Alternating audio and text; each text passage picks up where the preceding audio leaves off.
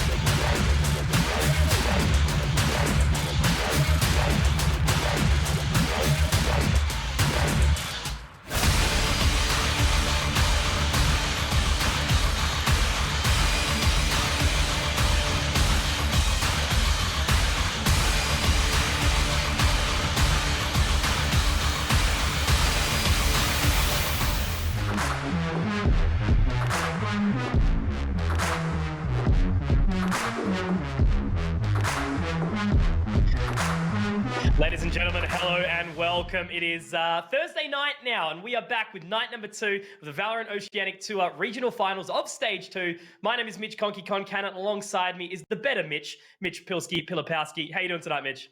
Definitely not the better Mitch, but I'm doing pretty fantastic. I'm excited about tonight because we're going to get to see pretty much the best quality games that Oceanic VALORANT has to offer, a couple of rematches from some other tournaments, and we get to see who's going to continue that upper bracket run and who will have to slog it through that lower bracket. So it's a bit of a defining point in every sort of bracket stage tournament that we do see. Absolutely, and after some one-sided affairs last night, it might be nice to actually dig into these 3-map series and, of course, the best of the best in the region. But if you guys are just tuning in, you know, we're going to so many channels around the world. Here's a little bit of a tournament explainer brought on by the lovely Kathy to run you through what you're going to be seeing. Welcome to the VALORANT Oceania Tour, a year-long tournament where the best players from Oceania battle it out for cash prizes, a place in the North American VALORANT Champions Tour, and a shot at the global title.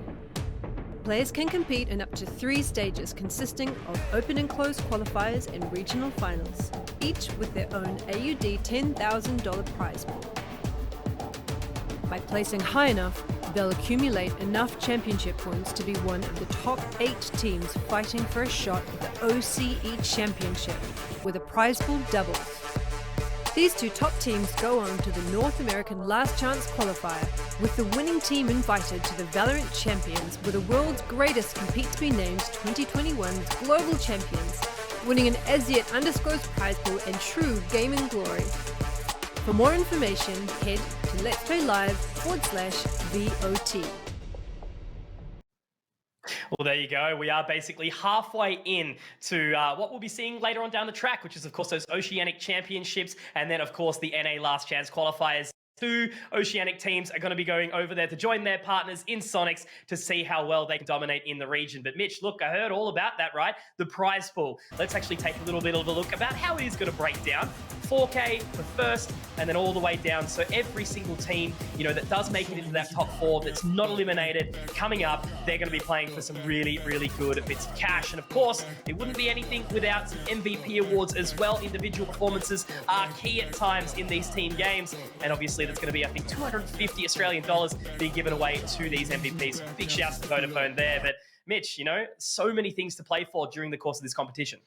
Yeah, you got multiple stages, sort of just continually supporting the scene over time as we head towards the end of the year. We want to just make sure that these teams have plenty to play for, they have plenty of practice, and then they're going to show their best form and their best selves right at the end of the year when they can have an opportunity to go overseas and slog it out against some of the best in America, which, I mean, at the moment is some of the best teams in the world. So, you know, you can't be too upset about that. Absolutely, looking to follow in the footsteps of V1 and Sentinels. But of course, you know, we did actually have some matches last night. You know, this is round number 2, of course. That upper bracket final we'll be walking through. But I guess it was a little bit of a one-sided affair. Not too many big surprises, Mitch. But, you know, it was 16-2, 16-2. And then I think we had 16-3 before it did actually step up a little bit more with Straight Out the Zoo and Mindfreak did start to duke it out a bit. Yeah, I think this was a bit of a death match from Order. Unfortunately for Nebula, they're just, you know, one of those teams where, you know, they're not really quite ready for this level of competition. They're not ready to take on a team like Order. They need some more time to practice, and they need to make sure that they're bringing their best selves and best form into a matchup against the best in the region. And that just wasn't the case last night. You know, sometimes you see these Seed 1 versus Seed 8 games, and they end up being stomps, and this was a case of it. But this second game, it started out very one-sided, but then Straight Out the Zoo started to turn things around, and we got a very entertaining series, right? We absolutely did. You know, it did go the full distance, you know, almost having Straight Out of the Zoo have a bit of a comeback on that offensive side of Bind, which is, you know, not sort of the usual that we expect. But Straight Out of the Zoo, they certainly caught Mindfreak off guard and really made them think towards the end. And I think that's going to be a big statement behind Mindfreak, right? You know, going up against Order right now, they're kryptonite a little bit. They're taking maps, but they want to take it to the next step, Mitch. They want to beat out this roster. But I guess at the end of the day, during these series, we did actually get some pretty cool highlights now that I'm seeing them all back. Yeah, absolutely. I mean, that's what you get when you get Straight Out the Zoo in the server. These guys are all highlight players. They're all capable of bringing some massive performances in. But unfortunately, where they fall down is the consistency and the macro aspects and the team game. And that's where Mindfreak, unfortunately, had them dead to rights, had them in terms of the map pool, and were able to be the more consistent team and take the victory and continue on in the upper bracket to now face Order, as you can see. Absolutely, and obviously there's those matches that we did witness last night. Don't forget either, we've got that B stream as well, digital and temporal. They are bringing it on as well on twitch.tv/LPL_Valorant. So that's going to be Nebula versus Straight Outta the Zoo, and of course Direwolves versus McBTS, that lower bracket. There will be the elimination, but Mitch, tonight we're focused on the best of the absolute best. Order, Mindfreak, and Wildcard Bliss. This is the top 4 in the region, and basically I'll be surprised if these games aren't incredible. Yeah, look, I've covered a fair amount of OC Esports across multiple titles. The reality is that sometimes there is just not a top 8 that is worthy of being the best in the region and slogging it out up against each other, and you get very one-sided games. And I feel like that's a bit of what happened last night, unfortunately. But tonight, it's a different story. This is the best of the best that the region has to offer. All of these games should be bangers. So there should be 3 mappers. There should be going back and forth, and particularly this first one that we've got coming up. I'm very excited for it because this is going to be a rematch of multiple finals that these two teams have played against each other in multiple different events, and now they're going to be playing here in the VOT as well.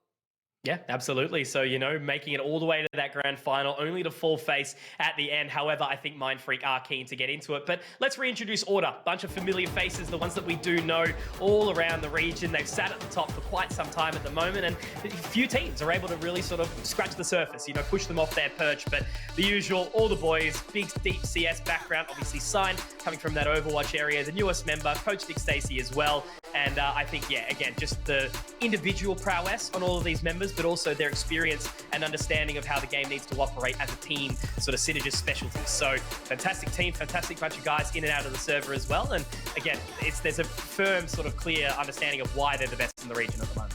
Yeah, absolutely. I think if I was to describe what sets Order apart from other teams, it's that it's not like there's a lack of talent on other teams. It's not like they don't know how to play very, very good quality Valorant. But at the end of the day, Order, they're a team of winners. They're a team of people who have actually achieved something, have gone overseas, have played against some of the best teams in the world in some of their own titles, at least for some of them, as well as having the talent that it takes to, take other teams to the wire, and a good structure in terms of improvement and practice. So there's really no downfall to a team like Order, and everyone talks about Sonics overseas. This is a team that went back and forth with them. If they went overseas, they have just as much potential, if not more, to do just as well. So I'm really hoping that they just continue this great run of form, and maybe we'll see them over there.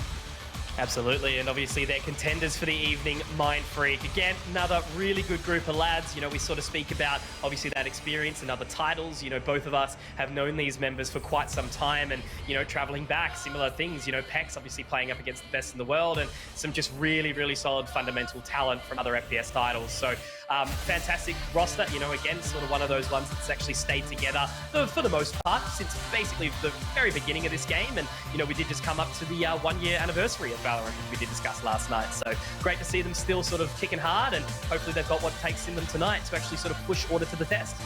Yeah, I mean, Mindfreak, they're kind of a team where it's like maybe the players have not achieved as much as some of the blokes on Order, at least for the majority of them. Pex maybe being an exception as he's gone overseas as well, playing Counter-Strike and things like that. But this is an opportunity for these guys to really make their name in a new game and show that they're just as good as some of these Order players. And I think they're putting in the work, and they're getting closer and closer every time they play them. And it's not like these guys haven't looked like at times they could beat Order before. So maybe tonight's the night. Absolutely, and that's what we're sort of hoping for, right? All the form in the server and seeing how they do face up. But now for our head-to-heads, and 2 very familiar faces, right? Typically seeing these 2 pull out the Rays in, obviously depending on the map, but very much the duelist focus. Disco, he's been very much at the top of the region, super flashy sort of player to watch, and very consistent as well. His team can always rely on him to put in big numbers, and it's sort of uncharacteristic to see him. And, after being on that duelist, we saw him on the Killjoy on Icebox last night. So a very versatile player at the exact same time, but same could be said for Pex. We saw him pulling out the Phoenix, obviously also floats sort of around the Reyna Rays, and just very, very impressive, both of these players in their own right. Yeah, I think if you look at Disco, he is, as you said, Mr. Consistent for Order. Probably one of the players who has the most consistent level of firepower in our region and constantly just puts up numbers. But he's maybe a little one-dimensional in terms of his hero pool. Yeah, we saw him on the Killjoy against a lesser opponent, but most of the time he's only on the Raze. As for Pex, he is really versatile in terms of what agent he's playing. But unfortunately, I feel like sometimes that takes away from his individual performance map to map and across the series. Sometimes he has to take a back seat and maybe pick up something like a Breach. But that's what Mind Freak's all about. They're all about the big picture. It's fine for one player to take a step back if it helps the rest of the boys and the whole macro strategy. Well, that's the whole thing, right? You know, a game like Valorant, obviously, with the different agent compositions, are constantly changing meta. You know, Riot very much sort of keeping a close eye on what's sort of happening, and whenever they bring in new agents, it completely shifts things up. You know, what we've seen, obviously, with the Viper changes, Astra, of course, and, you know, other new things coming in the future too, which I'm sure aren't too far away. But, you know, it also sort of depends on what map we sort of go for. And that's what I'm interested to see what's actually going to come out tonight. You know, will it be that middle of the map pool, or will we actually sort of see something a little different? So let's actually bring it in now and have an understanding of what is there. Okay, so not quite the middle. Icebox is going to be pulled out by order, which I'm glad that mean we actually do see Mindfreak feeling the comfort to play that map. They've got rid of Split instead, which is, I guess, much more sense in my eyes.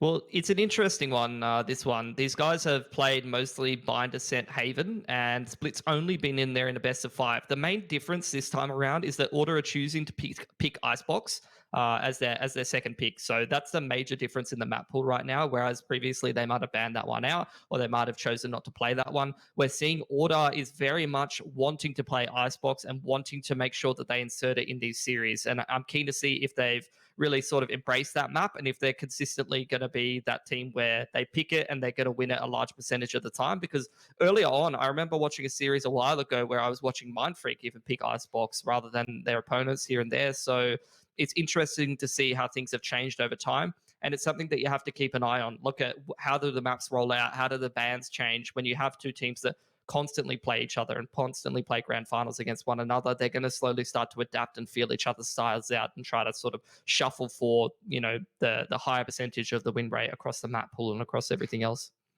Absolutely. And I think the important part as well in a game like this, you know, when there are going to be maps continually added into the game, it's still in its infancy, you know, still early on. Things like Breeze, you know, taking advantage of trying to scrim those maps and understand how it sort of gets, because that can be a real opportunity, right? If you've got some of these teams that are a little bit stuck by the wayside, you can throw in a little curveball, and no pun intended there, to sort of catch them off guard, you know, give them a little bit of blinding and see if they can actually go toe to toe. And a lot of the time they can't. You know, I've played some Breeze recently and it's crazy. I can't really keep up with it, but I think obviously as it does start to settle in more, and the exact same thing could be said for Icebox. You know, there was criticism early, but it's actually now probably one of, you know, my personal favorites to commentate at this point in time.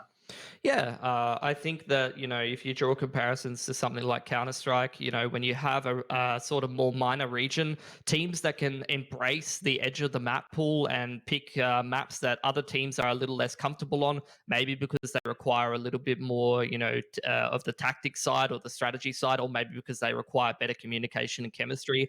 These are the kind of maps that teams are going to be able to leverage if they have more experience and they have more chemistry and they are more practiced to be able to beat these teams who maybe rely a little bit more on the individual skill, or maybe don't practice as much. You know, it's basically something that we've seen for, you know, a tale as old as time in terms of tactical FPS. So I'm also eager to see how Breeze fits into that. How I like to see now how Iceboxes fit into that as well. And I'm keen to see if this is going to work out for Order as they move forward. And it's looking like they're going to make Icebox their main sort of pick, or we'll see how that works out. No, absolutely can't wait, but we won't hold you for any longer, guys. We are going to throw to a little bit of a break, make sure that everyone is ready to rock and roll, and look to dive straight back into that match. It's going to be absolutely colossal. Order versus Mindfreak, a battle of the ages. Looking forward to it, guys. Don't go anywhere. We'll be back in just a minute.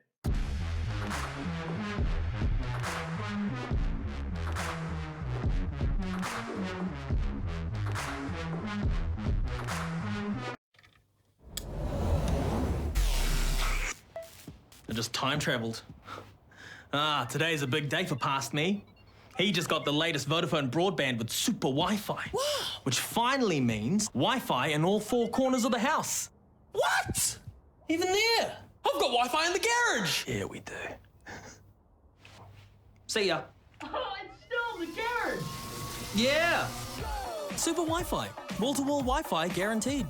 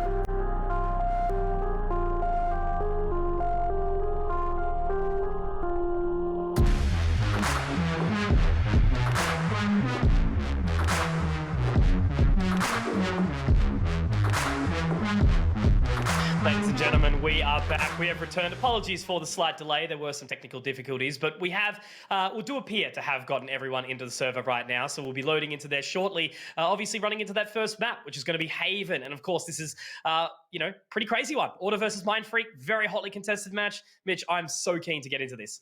I'm interested to see how it breaks down. I'm definitely keeping my eye on what agents both of these teams are playing, because I'm looking back at the two finals that they played against each other across two different patches, and it changed quite a bit. I think we saw Mindfreak switch out what Sentinel and Smoke character they were playing and swap that around. We saw Autumn swap between Jet and Reynard, experimenting about what duelists they wanted to run. They also had the Breach and then dropped the Breach on Order. So a lot of agents sort of shifting around across multiple different roles for both teams. And I'm interested to see if that's rather a stylistic choice or whether that's just due to the patch and the meta shifting over time. Yeah, well, I guess we'll have to find out. So what time is better than right bloody now, Mitchell? Let us dive in to Haven. Again, guys, I cannot stress enough. This is the top 4 in our region, duking it out to see who basically gets the bragging rights. Who's going to be the one that looks forward to go over to North America and represent our region? Of course, it's not happening just yet. They need those points. They need the accumulation to make it to these regional grand finals. But man, this is the time. Mindfreak versus Order. Mitch, take it away.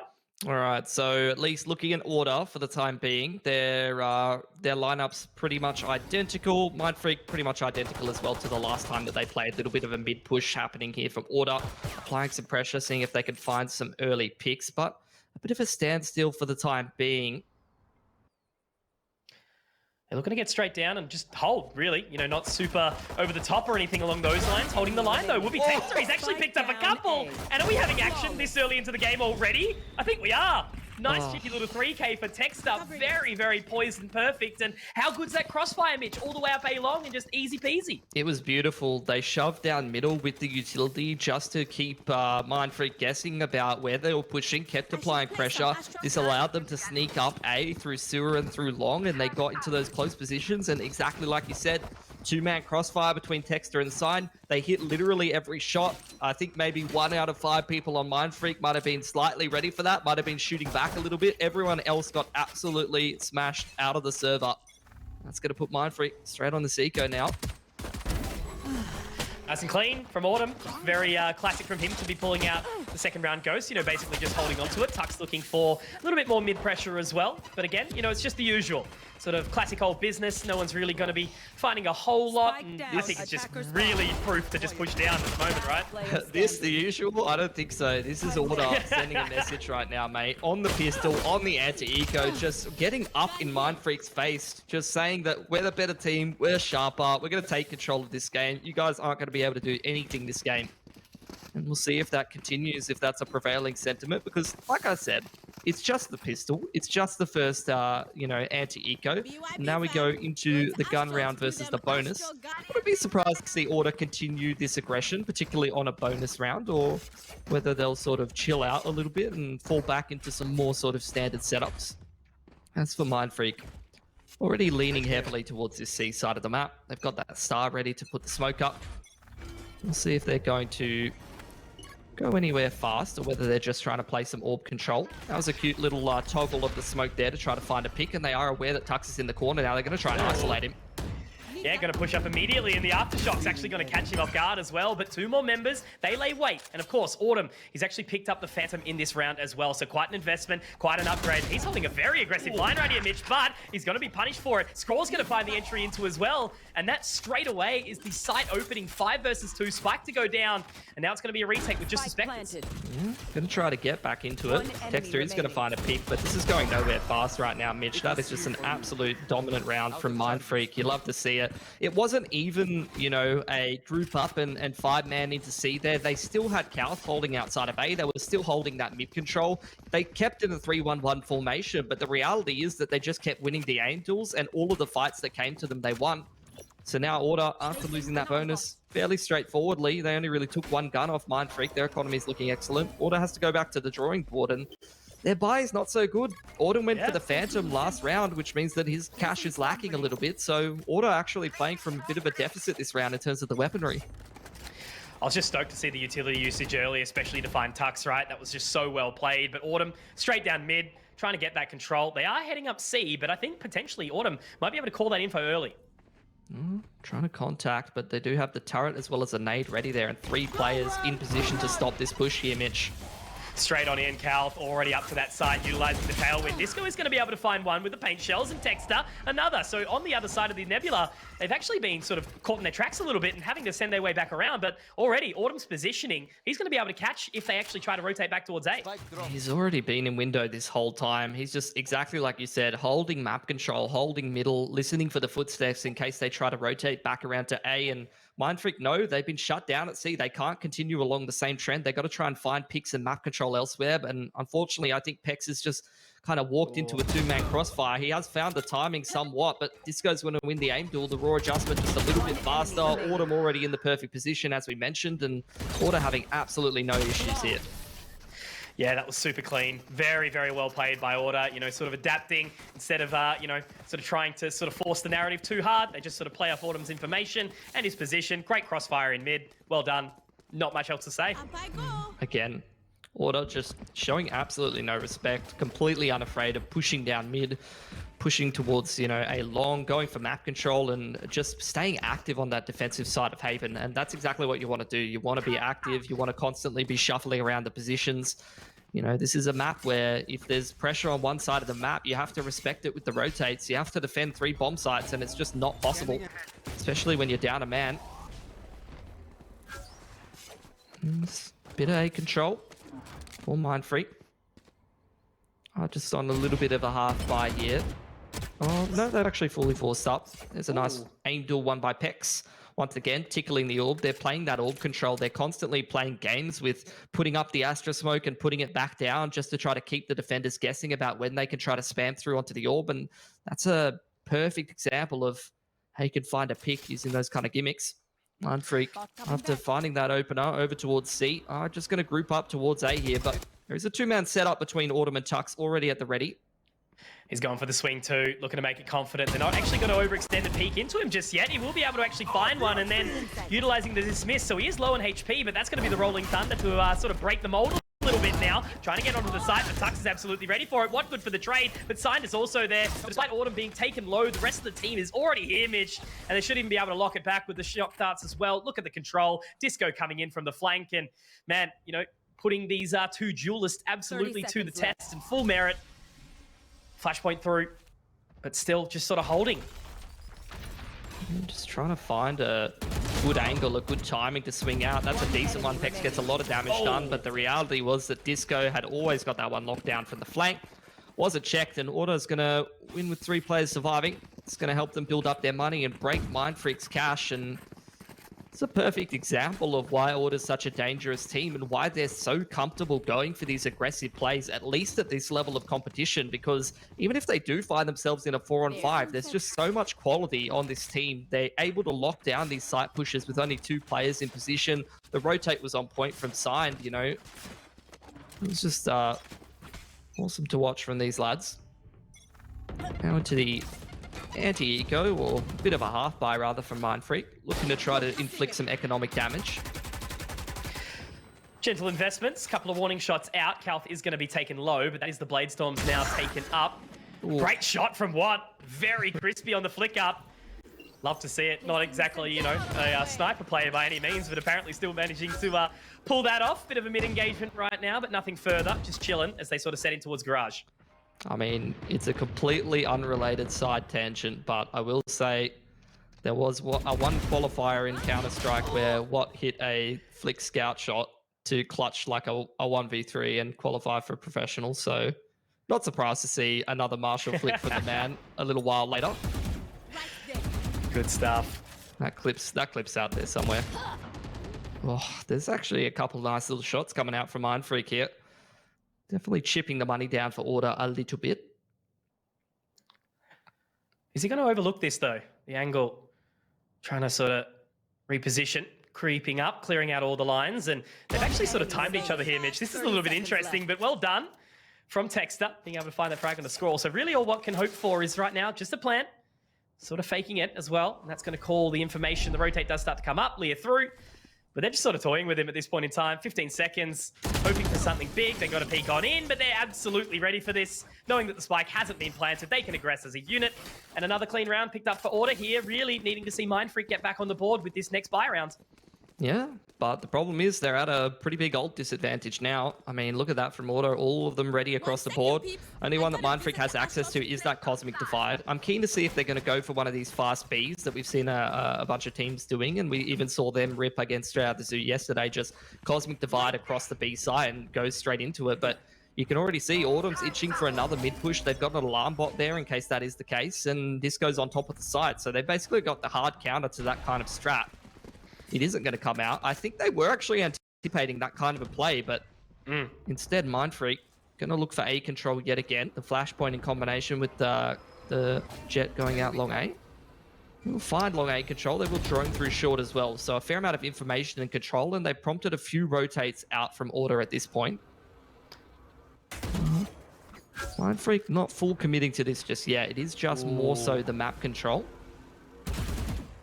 They spotted him. That's a little bit unfortunate. I thought potentially there could have been a sneaky Pex right there, but it will be Autumn to find another. And as you mentioned, Mitch, you know, these rotates are so good to watch. They don't get the mid control, but instead they just sort of send it back. And I think they're going to still be rewarded. You know, Mindfreak's still looking to charge in here. And I think there should be another duel engaged in just a second. Autumn's made a lot of sound, but Tux holding that line does look to find one, but it will be traded.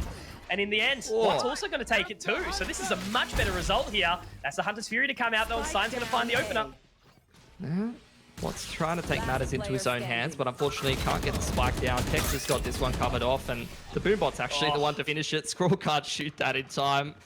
Bit of a comical error, unfortunately, for Mindfreak, and that's just one of those rounds where, unfortunately, Pex is trying to go for a little bit of a misplay, trying to find an off timing to catch someone off guard that might not be aware he snuck through to the left side of those boxes, but like you saw, he gets found by the drone, and that ends up being a bit of a domino effect that you see happen quite a lot, where you lose that first player, then someone else feels like they have to take a risk. In this case, that's Calth just trying to walk up A long. He gets punished, and all of a sudden you're in a 3-on-5, and you're so far behind, it's very, very hard to pull things back.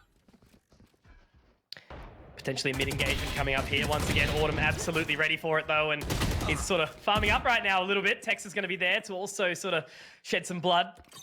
Now on the other side, did he actually spot out Calth? I think he did. Turret obviously did as well. One enemy remaining. Still taking a few pot shots through the wall. Cal's just trying to use that Guardian to get a little bit more damage done to the economy, but it's not going to matter too much at this point. Order's looking pretty comfortable.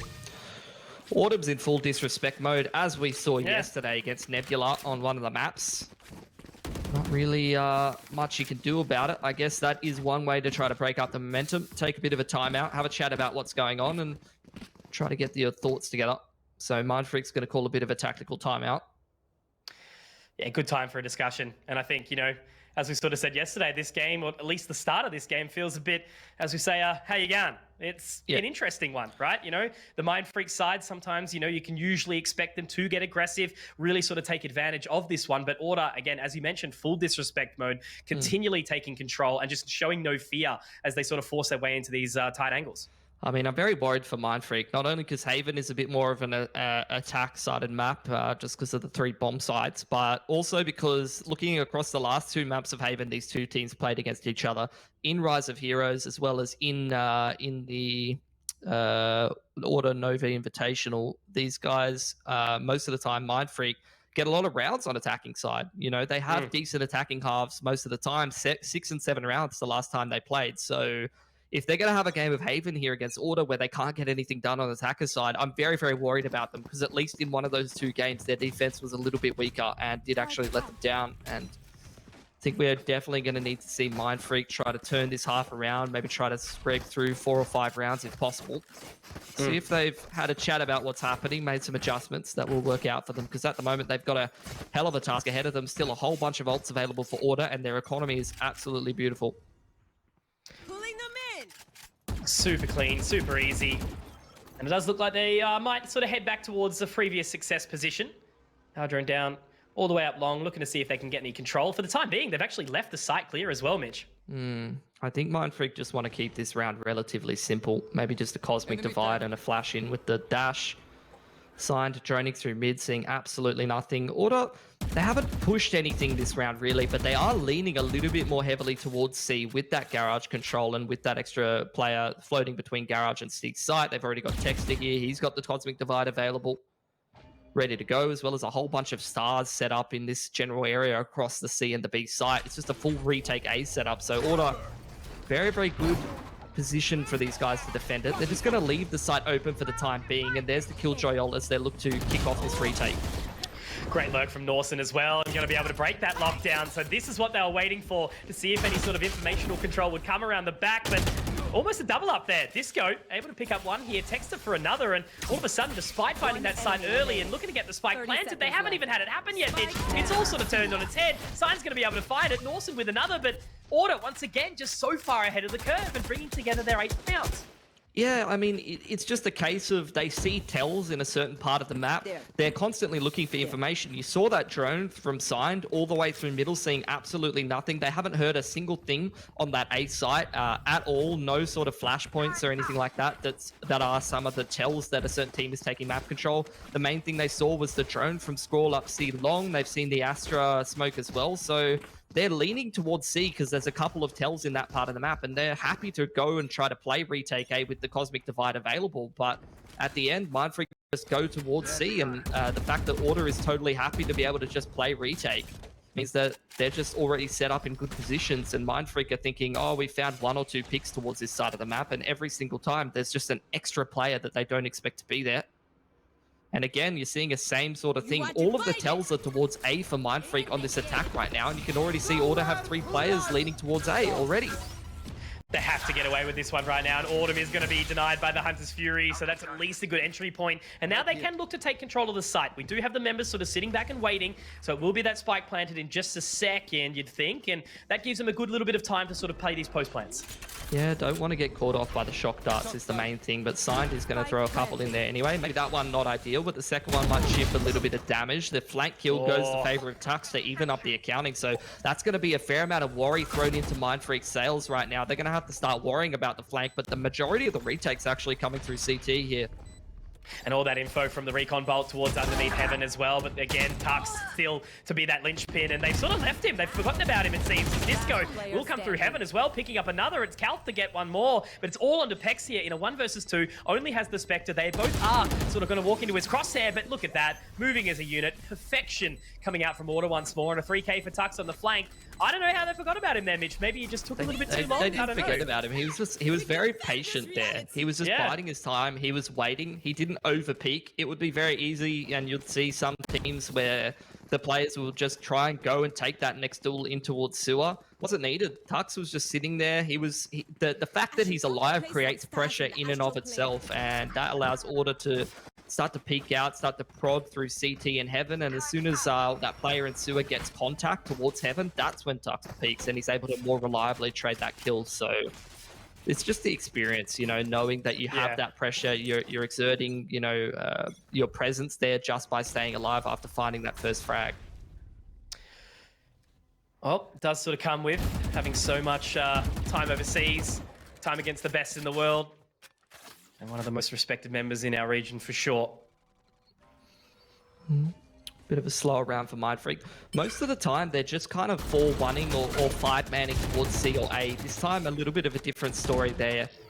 Actually pressuring mid a little bit more. There's going to be a contest as Autumn being a little bit cheeky, trying to sneak through the edge of that Astra smoke, and that is why he's so effective on the Reyna. Just so cheeky at finding these timing pushes and immediately just dismissing away and staying alive.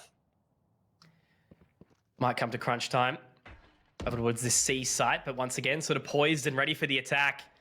Still keeping the members. They're happy to sort of move away from A, but yeah, jumping into this garage now. Should be an all-out brawl in just a second. Cal's there. It's going to be a good opening pick, though, and now the dash across. What? Scroll also getting in board, so maybe a round where we might see Mindfreak finally pick it up. Plant definitely not in the ideal position, though. They're going to lose Scroll nice and early. Whole bunch of utility being dropped by Disco, who's looking to try to get back in and take this round over. It's already done some further damage too. Two of these members very, very low, and they're just sort of peeking into him one by one. Now his good friend of Sign has arrived, and he's actually going to be able to find one with a shock dart too, Mitch. So it's all onto just Norson. He is so good. He is so reliable, but in this situation, there's just so much pressure right now. We'll be able to get the tag on surely onto the opposing side. Now he has all the information. We'll destroy the turret. Now the recon bolt as well, getting so much. Should be an easy take for Sign unless Norson hits a good shot, but he will. Pressure amounts, but he keeps composed, and he will be able to close a second round for Mindfreak. And this late in the half, Mitch, it's so well needed. We're going into the last now. I mean, I don't think there was much more that Sign could have done there, really. Like, all the utility usage was just immense. He got like 70, 80 damage shock darts out there. He even tags Norson.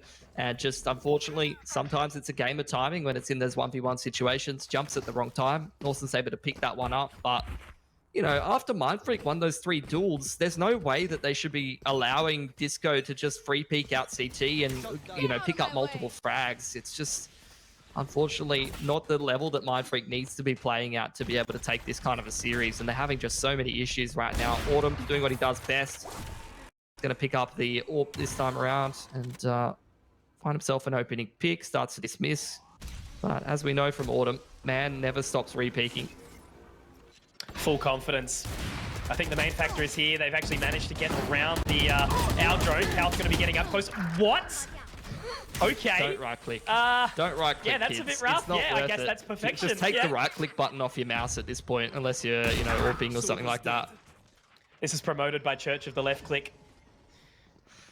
Disco trying to hold on to that position, and he's going to get another. His aim is just so crispy. Looking to get the showstopper off as well. Will narrowly miss. So it does put it into an advantage, going the way of Order once more. And they actually are going to rotate out a little bit. So potential re-entry into this site as Disco goes hunting. This is smart from Mindfreak. Sometimes it's the way to go. You just go quiet for a while. You can prompt some extra rotates. Unfortunately, I mean, kind of similar to like A-Site Mirage in Counter-Strike. Disco's just pushed straight into Palace, pushed into Long. And now he's got a really, really strong position that I don't think will be checked once Mindfreak actually filter into the site. Oh, they're looking, but I don't think they're super convinced right now, and that should be perfect from Disco. No. Oh, that's very out of character. I was just propping him up for having such good aim, but now that's going to be the lockdown engage. Do they actually just go in and contest for this? Norson is going to be able to find one, but it's just going to be too easy. Lockdown destroyed. Disco and Texter, clean house. 10 rounds for Automich. It's going to make it a very challenging next half, and I think if they are unsuccessful on the pistol, you know, we might be just saying go next. I mean, this is just Order asserting their dominance. And this is why there's such a tough team to upset, because there's 2 modes of Order. The first thing is you have to force them to respect you. You have to punish some of these, you know, aggressive peaks, some of these pushes for map control, and stop them getting in your face and finding success with it, number 1. And then number 2, you have to beat them when they're playing a little bit more, I wouldn't say seriously. Seriously is not the right word. More so a more respectful style, you know, playing a bit more standard. And unfortunately, if you're not able to stop the first wave of aggression, you're not able to stop them just hyper aggressive getting in your face. There's no way you're winning the series, unfortunately. And so far, Mindfreak's having a lot of issues. They're just getting outskilled right now. And it is surprising, you know, coming into this series, it's like, whoa, but, you know, during the course of this map, at least there has been no argument that Order is just super prepared, but they've gone for this long control early, so maybe looking to find something, but they are ready for it. However, Calf will be able to take that first engagement and then fall away. Yeah, nicely done. Order doing what you do, though, once you've found yourself a man disadvantage, just going and trying to push and take map control. Unfortunately, Mindfreak set up relatively well for this until Calf loses his life. Yeah, didn't exactly need to sort of peek in there, but I guess he sort of gives up the goat a little bit. Norson does equalize, though. It's back to a 3-on-3. Yeah. Looking to get that spike planted. They're going to wait for the teammate to at least sort of slot in. Norson is ready for it, but they're going to line up a little bit. He does get the flashpoint through, not quite, but Sign's going to get that plant for now, Mitch. Yeah, an extra couple of taps delays the plant a little bit longer. He has got a drone, but I'm not sure how much use that's going to be assigned. He's going to go aggressive. He sees the players close, and he's going to try and take a few pot shots, but an awkward engagement. Couple of jumps coming out. I think that's going to be the end of Autumn as well. He's full white. Pex has just taken that one over with his flashpoints, and Norson's just having a hell of a time basically shooting fish in a barrel there with the 4K. Great team utility, right? Super clean there. Nicely done from Mindfreak to get on the board. Yeah, you love to see it. That is a small consolation prize at this point. They've only got 3 rounds, but the pistol is a necessity for them to come back into this game. If they're dropping that pistol and orders going into the anti-eco or and then the bonus, etc., I think it's pretty safe to say that this game is over. So, you know, a small island for Mindfreak to stand on for the time being. Let's see if they can avoid the rising tide. It's like one of those circus games, right? You know, instead of the big teddy bear right now, it's just the keychain or something. Yeah, no one wants the keychain. Although, as you get older, the keychain gets more appealing. Exactly right. But now talking to pot shotting. Oh no! He had such an opportunity right there. But Norson, the king, hang on a second. I keep caster cursing this right now. It just shows once more how good Order are. However, Pex at least lucky to sort of get something done. I would be scared up against Disco, but that's a great shock dart over the top. Not going to quite hit the shot, so they do, again, somehow manage to make it work back. So Mindfreak aren't finished for now, but man, what's this bonus going to look like after losing all those members? Terrible. Nah, like, that's the thing in Valorant, right? Like, you lose 3 guns into that 3rd round. It's an absolute nightmare having to reinvest. You're going to get your economy broken so hard. You just have a weaker buy than your opponent all around. It's just a sad state of affairs, and it's one of the reasons why the economy in this game can be a little bit cooked at times, is these kind of scenarios. Like, you just won the round, you're all sitting at like 3.6, and essentially, like, you have to even consider saving and just keeping your money even across the board. And I think that's actually what Mindfreak's going to do. They're going to drop over a few sheriffs. They're going to, you know, give themselves a decent shot at winning the round, but there's no point going balls to the wall in this round and just trying to invest everything that you've got, even if you're this far behind as a scoreline deficit, because if you lose that round, the game's over.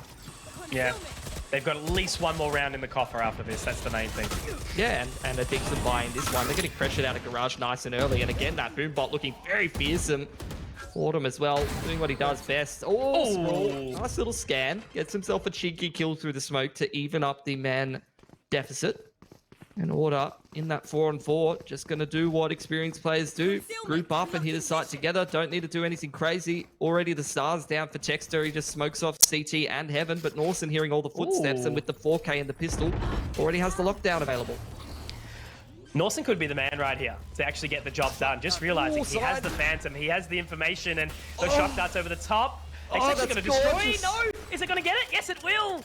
Oh man, the nerd lineups, you've seen them before. They're absolutely beautiful, but Pex, he's straight on in. Norson to follow. Texter will be able to at least find one on the defense, but the information coming out from this recon bolt, it's still a disadvantage going the way of Order. But if I know these teammates, these guys can get the job done, and that's exactly what's happening right now. It's all on the Pex. The rotate can actually come out from Sign. On the cross, he will hit the shot. And oh man, they had all the ingredients in the pot, but unfortunately they've spilt it on the ground. Signed. That was incredible. Even just yesterday, Tux in the interview was saying this guy is insane with his utility.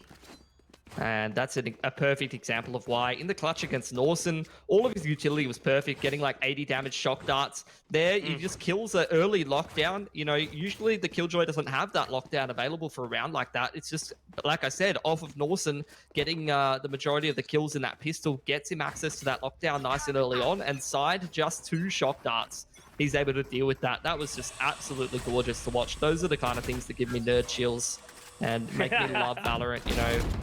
Love all the possibilities with the utility. Possibilities, speaking of them, are starting to open up a little bit more for Mindfreak. A few more blue skies, because Count has found them the opening frag in this very critical round. Confidence, Calth. That's what we want to see, right? And looking to take that full control. Bit of greasy flashpoint lineup here as well to potentially come on down. But look at the patience from Autumn. Just waiting permanently as they creep their way up towards this mid area as well. Looking to take B. Will Calth actually be ready? Will they find the right amount of timing? Oh no, the Leah tries to come out, but who will win this engagement now? Sort of have to fall on a round. There it is, utilizing it well. And now I think that's going to be Order, basically just sort of marching into B immediately. Oh, Tux, that must have been a hell of a lineup. And as soon as they find those 2 frags, they just immediately push into A connector. But Calth is there at the ready. Finds his 3rd for the round. Still two members that they have to overcome. We saw this in the previous round, right? The 3 versus 2, and now Texter looking to make his way into the Nebula. He's actually gotten off guard, Mitch. Here we go. Straight through this position, completely unaware. They're looking for him. They're trying to find him. Information gathered now on the other side of the cloudburst. Texter, experience above all. This man is a monster, and he might be able to lock it down. He whips a couple of shots. Will Calf be able to connect? The answer is no. Texter taking the team all on his back and finding the timing to take order to 12. Yep. 1v3 to break Mindfreak's economy on map point. Not bad, you know. I don't think there's many more impactful plays that you could really have. Yep. Rather than winning the first map of this series in the upper bracket here. And Mindfreak, it's looking very sad for the boys. You know, Vandal with light armor, couple judges, specters. It's really not where you want to be. At least Couth has access to the knives and they've got the Hunter's Fury. Maybe those are the two things they can leverage to try to have a crack at this round. But apart from that, not much to really talk about.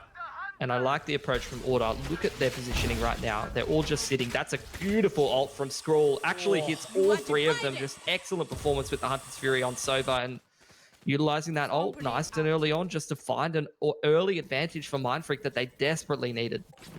It was a great recon bolt over the top into the spawn, just gathering all that information. So now Order, off the back of it, you know, they've won from disadvantages the last couple of rounds, but they have to face off against this judge. You know how much Tux hates it, and that's going to be a punishment for him. And now Norson opens up with another. Texas, they're good for the trade, though, and now Calf with this Blade Stalk, does he wait? It looks like he will, but that's the Empress pop, Mitch, and that's a scary thing to hear if you're in a 2 versus 3 against Autumn. Yeah, Autumn's very low, so he could just die pretty quickly before he even puts it to that much use. Texter faking a couple times, trying to bait a mistake out of Mindfreak. Couch just waiting in this garage smoke, and he's just going to pop out off the back of the flashpoint. Again, it's Pex and Calf together. It's the iconic Breach Jet duo. Just doing some good work off the back of the utility, but when you're down 12 and 5, it's the small victories that you like to celebrate. The less amount of rounds that you lose by, right? Yeah. So just sort of trying to close the gap a little bit. These are the confidence builders that we talk about for the next map. You know, they're not going to be winning this map. It's very, very unlikely. But if you win a couple of good rounds towards the later parts of it, you start to get the aim in a little bit more. You feel a little bit better about yourself heading into map number 2, even if you knew that, you know, there was no way in hell you're winning that first map. Feel a bit better about things. Order. Now taking a bit of a save. It's a very, very fast contest straight through Garage into Norse's utility once again. And as we know, the man is pretty good at holding a position down on that Sentinel role. Absolutely, and he needs to exactly find it right now. What's going to line him up? 3 kills for Norson as well. So a very clean anti-eco there. Nicely done. You know, it would have been always a shame to see a map go out like that in that fashion. But I think, you know, the positioning, Norson didn't get overwhelmed, and it was well done. Right, well, some good retake utility available for Mindfreak. They've got that Cosmic Divide. They've got the lockdown as well, and they're 2 off of the breach ult. So retake's looking strong for these lads. The problem is that Side has got his Hunter's Fury available, so he can nullify that lockdown. As if he even needs it. He'll probably just shock data in the most random position, to be honest. But anyway, He's got a 6th sense for lockdowns. Yeah, you got the lockdown for Tux available as well. Calth just getting pushed off the line by Texas utility on the Astra, and then you see the boom bot and the bloody drone. Oh my There's no way in hell you're getting an operator pick over towards A. Order's just throwing the kitchen sink with the utility at them. And, how good's Astra though? Hey, like, you know, the amount of versatility that you've got in her kit is just phenomenal. Yeah. Look, some people like playing RTS instead of FPS games, so it's good that there's an option for everyone. So that lockdown, more just a statement right now. They're not utilizing it, not looking to push over. There will be a counter one as well, but they're just going to settle. Not looking to aggress just yet. We'll take the site now, but great utility usage on the side of Mindfreak. He's got time to get that down. Awkward situation. Tuck's trying to force the issue, really just risking his life, and now he's been detained, I think. Ooh. Yeah. He's got an old man walk his way out of the site like nothing happened, not even looking at any. Oh, forget about it. Autumn, rather. It always catches me off guard.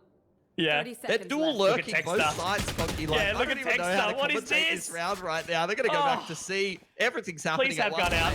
Please have gun out. No. Why would he? This is crazy.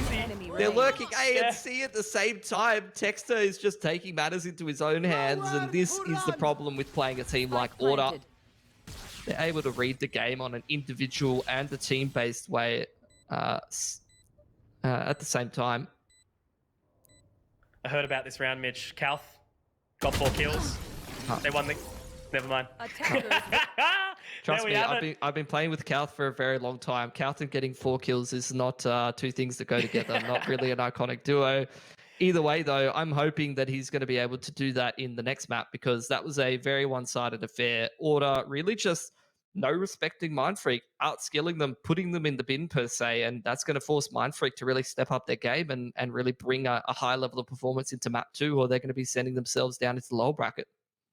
Absolutely. And, this is their statement moment, right? To show that we can actually face up against the best. Order will stop being our kryptonite one day. But by the way it just went, it took them way too long to sort of get into it. But obviously there is another opportunity. As you mentioned, Icebox is just around the corner. You guys have been awesome. Make sure to obviously give support to the rest of us that are all here. And we'll see you guys right around the corner with Icebox.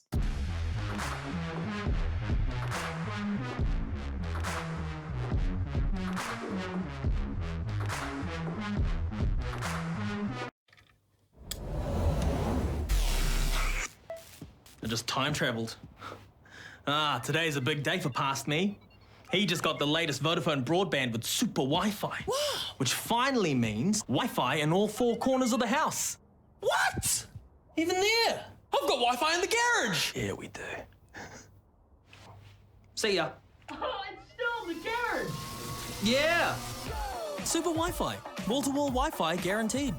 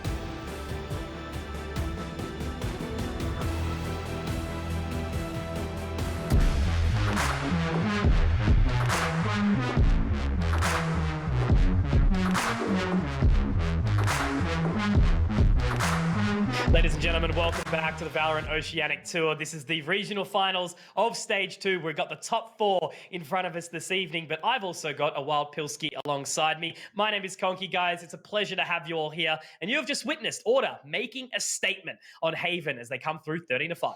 Yeah, just being really, really aggressive, really, no respect kind of gameplay. It's basically what Order was famous for, really. But even some of the other players, almost all of the other players on Order, very capable of getting aggressive and then pushing you out of your comfort zone. And I'd say that's exactly what happened to Mindfreak. And now it's an interesting one, you know. That was actually Mindfreak's pick on Haven there. And the last couple of games have been quite close between Order and Mindfreak on Haven, although one of them, 13-8, maybe not as close. The difference really is that both of the attacking sides for the boys on Mindfreak previously had been really good. Unfortunately, that half, they just got 10-2'd. And, there really wasn't much in the game after that. So Order pretty much demolishing them on a half where they had a fair amount of success previously. Now we move on to Icebox. And this one is a bit of a missed one because the last couple of times that these two teams have played each other, they haven't played Icebox against each other. I'm looking at the last time that they played each other. One was on April 18th, I think. Oh, no, sorry. I'm going back even further than that. So one was April 11th, and that was a 13-3 in favor of Order. That was the most recent one. And then I think the last one before that was like December last year, which with different lineups, so not really as relevant. So last time Order played them on Icebox, demolished them. Okay, well, there you go. So, maybe I guess the fact that they sort of allowed this one in, or, maybe Order have actually gone for it as that sort of, catch off guard, I suppose, to put them into a really awkward situation. We know how much prowess Order had on Split. That was immediately Mindfreak's ban choice. So I guess that sort of gives us a good sign. We know how good Order are at Icebox. And maybe it's just, as you sort of mentioned at the start of the broadcast, Mitch, coming into their more comfort pick. Maybe they're going to start picking this one up against some of the other teams instead of Split. So, I think maybe they'll sort of push it back on like Bliss or something. And Wildcard's also got a very good Icebox, but, it'll be that interesting state. How hard have Mindfreak been practicing this map? Yeah, I mean, they play at a reasonable amount, so I'm expecting them to be somewhat comfortable. And like I said, a fair amount of time has elapsed between these two teams have played each other in Icebox on an official. It's been left out of the map pool a couple of times, and Order's chosen to be the team that's going to try to go for a different map. A lot of the time, the decision tree is a bit like, oh, we lost a series, so we need to change up the veto and do something a little bit different. Maybe we need to try a different map or something like that. It's the opposite for Order. They have won the series almost every time. I think every time. There have been some close ones between Order and Mindfreak before, but they've won the series and they've chosen to be the ones that are going to change up the map pool and throw something a little bit different in there. Don't blame them. Order, when they're at the top of their game, they definitely want to be the controlling factor in these events. So let's dive in. Let's work out how it's actually going to be onto Icebox right now. As we've always spoken about, it was one of those maps that did take a little bit of time to sort of get into. And now that we've seen teams adopt it much more regularly, it's very commonly played. It's very explosive towards that A site. And, lots of mid-presence available as well. So look, Mitch, this is the time. It's basically, two of the top teams in our region. Order at the very top. Order pushing for second. Let's see what they've got here on Icebox. I'm worried for Mindfreak. I really am. We literally just saw Order play Nebula last night on this map, and they 13-2'd them. It was an absolute domination. Disco was on the Killjoy, which you highlighted as being an interesting one. I would agree with you, because the man is usually on the Raze, and he plays Raze more than any other character. And again, he's going to be on the Killjoy. So most of the time, Order being a team that really flexes on the double duelist. You always see Autumn and Disco playing duelists map in, map out. We're starting to see Order. I feel like they've changed up their composition a little bit more. Okay, cool. And just to give you guys a little update as well, we have seen straight out of the zoo win match number 1 against Nebula as well. That was a 13-7. So really cool to see that they've been able to pull that out on Vine. But, I guess no real surprises. Straight out of the zoo, awesome. And make sure at some point, if you guys get a chance to go say g'day to Digital and Temporal on twitch.tv/LPL_play. Autumn. Prodding towards 8. Looking for a pick with that Sheriff. All it takes is one click and he can make this a 5-on-4. But no one really giving him the opportunity to. In the meanwhile, Turret just minding mid. for Disco. Ooh. The rest of Order starting to force their way in towards the site. Texter gonna chuck his wall down, I think, and then immediately plant that spike. So Order straight into a 5-on-5 post plant. The El Clasico looks like Autumn is actually ready for what, though, pushing in on this Viper. Looking to sort of swing it around now, see if they can get any sort of extra control. Autumn with the Sheriff. He's going to be sideswiped, though. Norson will be able to find that one. Disco, we saw him pull off a nasty ace with his Ghost only yesterday, and now with that finding that frag, it's going to be sort of pushing towards it. But Norson, he's actually managed to pick up another one as well here, Mitch. Really starting to push in. That Toxic Screen is going to fall down in a second, but it's tucked as soon as it does. Trying to find more. Norson looking to make it a third, but peppering the damage through that wall onto the other side. Norson, he can't quite get it all. And man, it's just those moments where you can't allow just one teammate to be carrying the whole way, and Order proved exactly why. They'll pick up their first round in relatively dominant fashion. Well done for these lads. Again, Mindfreak having to play from behind the 8 ball. And they really struggled to do so last map. I think it's going to take a crazy amount of resilience for these guys to continually have to just come back and come back. I'm not sure if they've got it in them tonight. The good news for them, though, is that, of course, they have the rest of this map and potential series if they're starting to get a little bit more, but also, this is just the upper bracket. There's plenty more opportunities for them to get back on form. And he goes straight in towards A here from Order. I'm going to run into a 2-man crossfire, but the drone pushes Calf off the line. Did set up an opportunity for Pex to maybe find a frag there, but it's looking pretty comfortable for Order. Most of the opportunities are just going by the wayside for Mindfreak, so they're going to have to go back to the drawing board and look into the next gun round. A little bit of Born Identity happening just then. A couple of kills on the zip line. Yeah. But yeah, Watt just sort of waiting for his death, really. And Autumn's going to get the cheeky little quick scope. Job done. Business as usual. Second round. And Mindfreak move on. You know, it's going to be their job to sort of try and push back this bonus. Yeah. No kills for them, so this is a true bonus from Order. Here. Pretty decent weaponry for him, though. 3 Spectres, Bulldog, Marshall. Can't be complaining too much about it. They should get some decent damage done. This goes one off of his lockdown if he can get himself an orb, but orbs are harder to come by on Icebox unless you're going to invest a significant amount of utility in finding them, and that would really just be probably droning off this B line. 2-man setup between Kalth and Pex, who unfortunately can't kill the drone, and that means that Kalth's position is compromised, but he's still able to get away with an opening pick. I need to see confident Kalth more. That's just the, you know, initial sort of control being taken early, and the confidence to be able to actually push back too. Pex is going with them. They don't need to overstay, though, and getting that wall down is going to be a good way of performing that. Looking to grab the orb as well. Oh, Pex sweating bullets behind this wall as it slowly starts to get cracked open. But Kalth's going to give them pause for thought. Goes down a few of those jet smokes, and he will still just wait for the contact. Trying to find out if Order's still interested in this part of the map. They have confirmed that there is a few players still over here. Pex is being very annoying. That's a nice little lineup for the man. You love to see it. Little 2K from him. The 2-man crossfire is essentially just winning Mindfreak this round. Kept them there for a long time. That was the main focus, right? Now they just sort of have to force their way up, see if they can take any engagements over towards this long position. We know Order are very good at playing from behind, but I think it's still going to be a tough challenge for them here. Doing some more damage through the heaven position. Sign looking to see if he can find anything more. Main focus here is just trying to get that spike down right now, you know, and I think Mindfreak are actually giving them a little bit of an opportunity to do so. So that's going to be the plan. But Norson does deny in 30 seconds. Autumn's going to pick up, and if it's any man to do it, it's Autumn.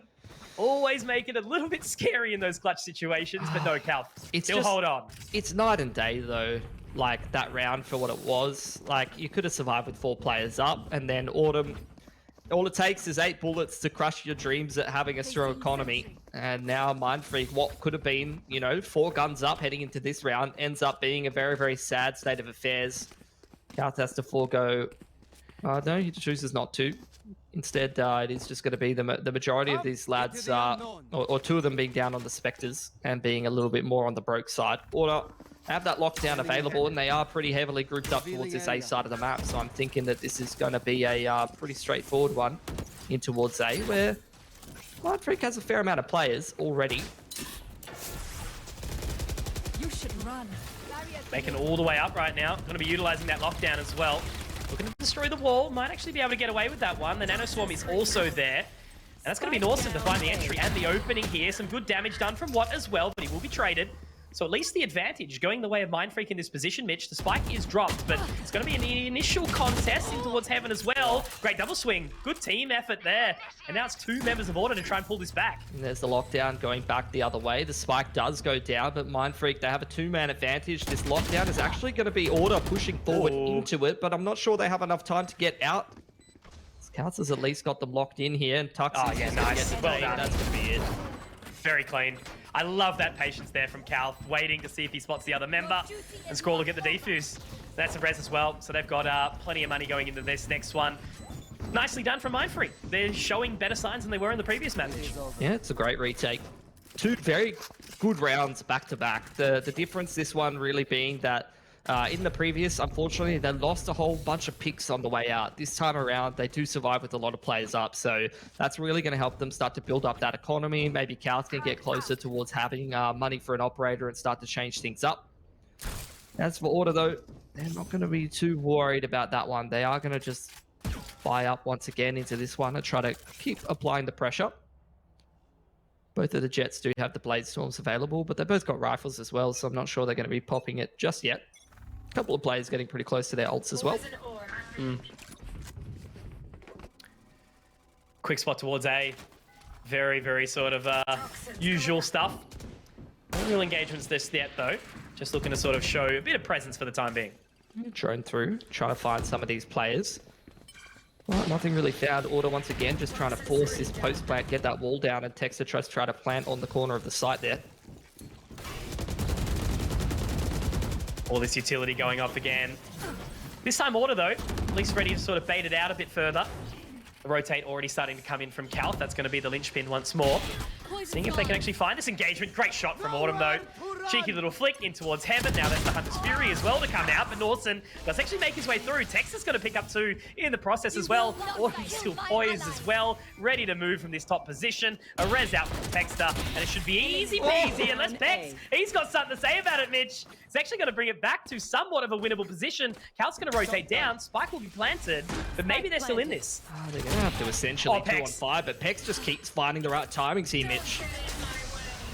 Tux is going to be able to get that Viper spit down, maybe an early engagement to come through. Peck's going to find a couple of warning shots, but on the other side of the Cloudburst, it will actually be Disco to find that. Pex now needs to do it absolutely all on his lonesome right now. Tux inside that pit still, not looking to move an inch, just making sure it does still stay up for as long as possible. Creeping around, he has to go in. Now it's his time to try and find the frags onto this other side. There's the alarm bot, but Pex peeks his way out, looking to creep back in right now. It's just a game of cat and mouse here, Mitch. Cruising around that other side. But is the round done? I think it is. Not enough time, and that's it. Oh, the Viper's pit, just securing that one for Order. Nicely done. But Pex, I mean, he makes it expensive. He has a whole bunch of impact there. And remember, he chose to pop his res at the end of one of those gun rounds previously that they won to make sure that they can maintain their economy. If he holds that, he wouldn't be 6 out of 7 right now. Off the back of that 4K, it would have been completely wasted points in towards his ult. So it's one of those cases where sometimes it's good to just pop your ult at a decent time rather than waiting for the perfect time. Does allow you to get more and more ults across the rest of the half, and it's definitely worked out beautifully for Pex there. Again. Aggressive again. Get the orb, and that's the res. Yep. Off the back of the 4K. Order, a bit of a different look here. They've thrown that Viper orb down in mid, as we often do see time and time again. And most of the time, they've really just been grouping up and moving towards B or A fairly early on. This time around, a bit more of a spread out sort of default. Looking for some picks or control here in middle as they start to move up too.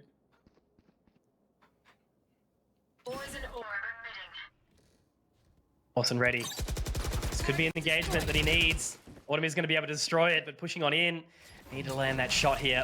Will force him out. Snakebite to sort of push it back a little bit further. Disco's actually going to be able to find one in the process as well. Now making his way in towards this site. Calth could be the man to potentially stop this aggression.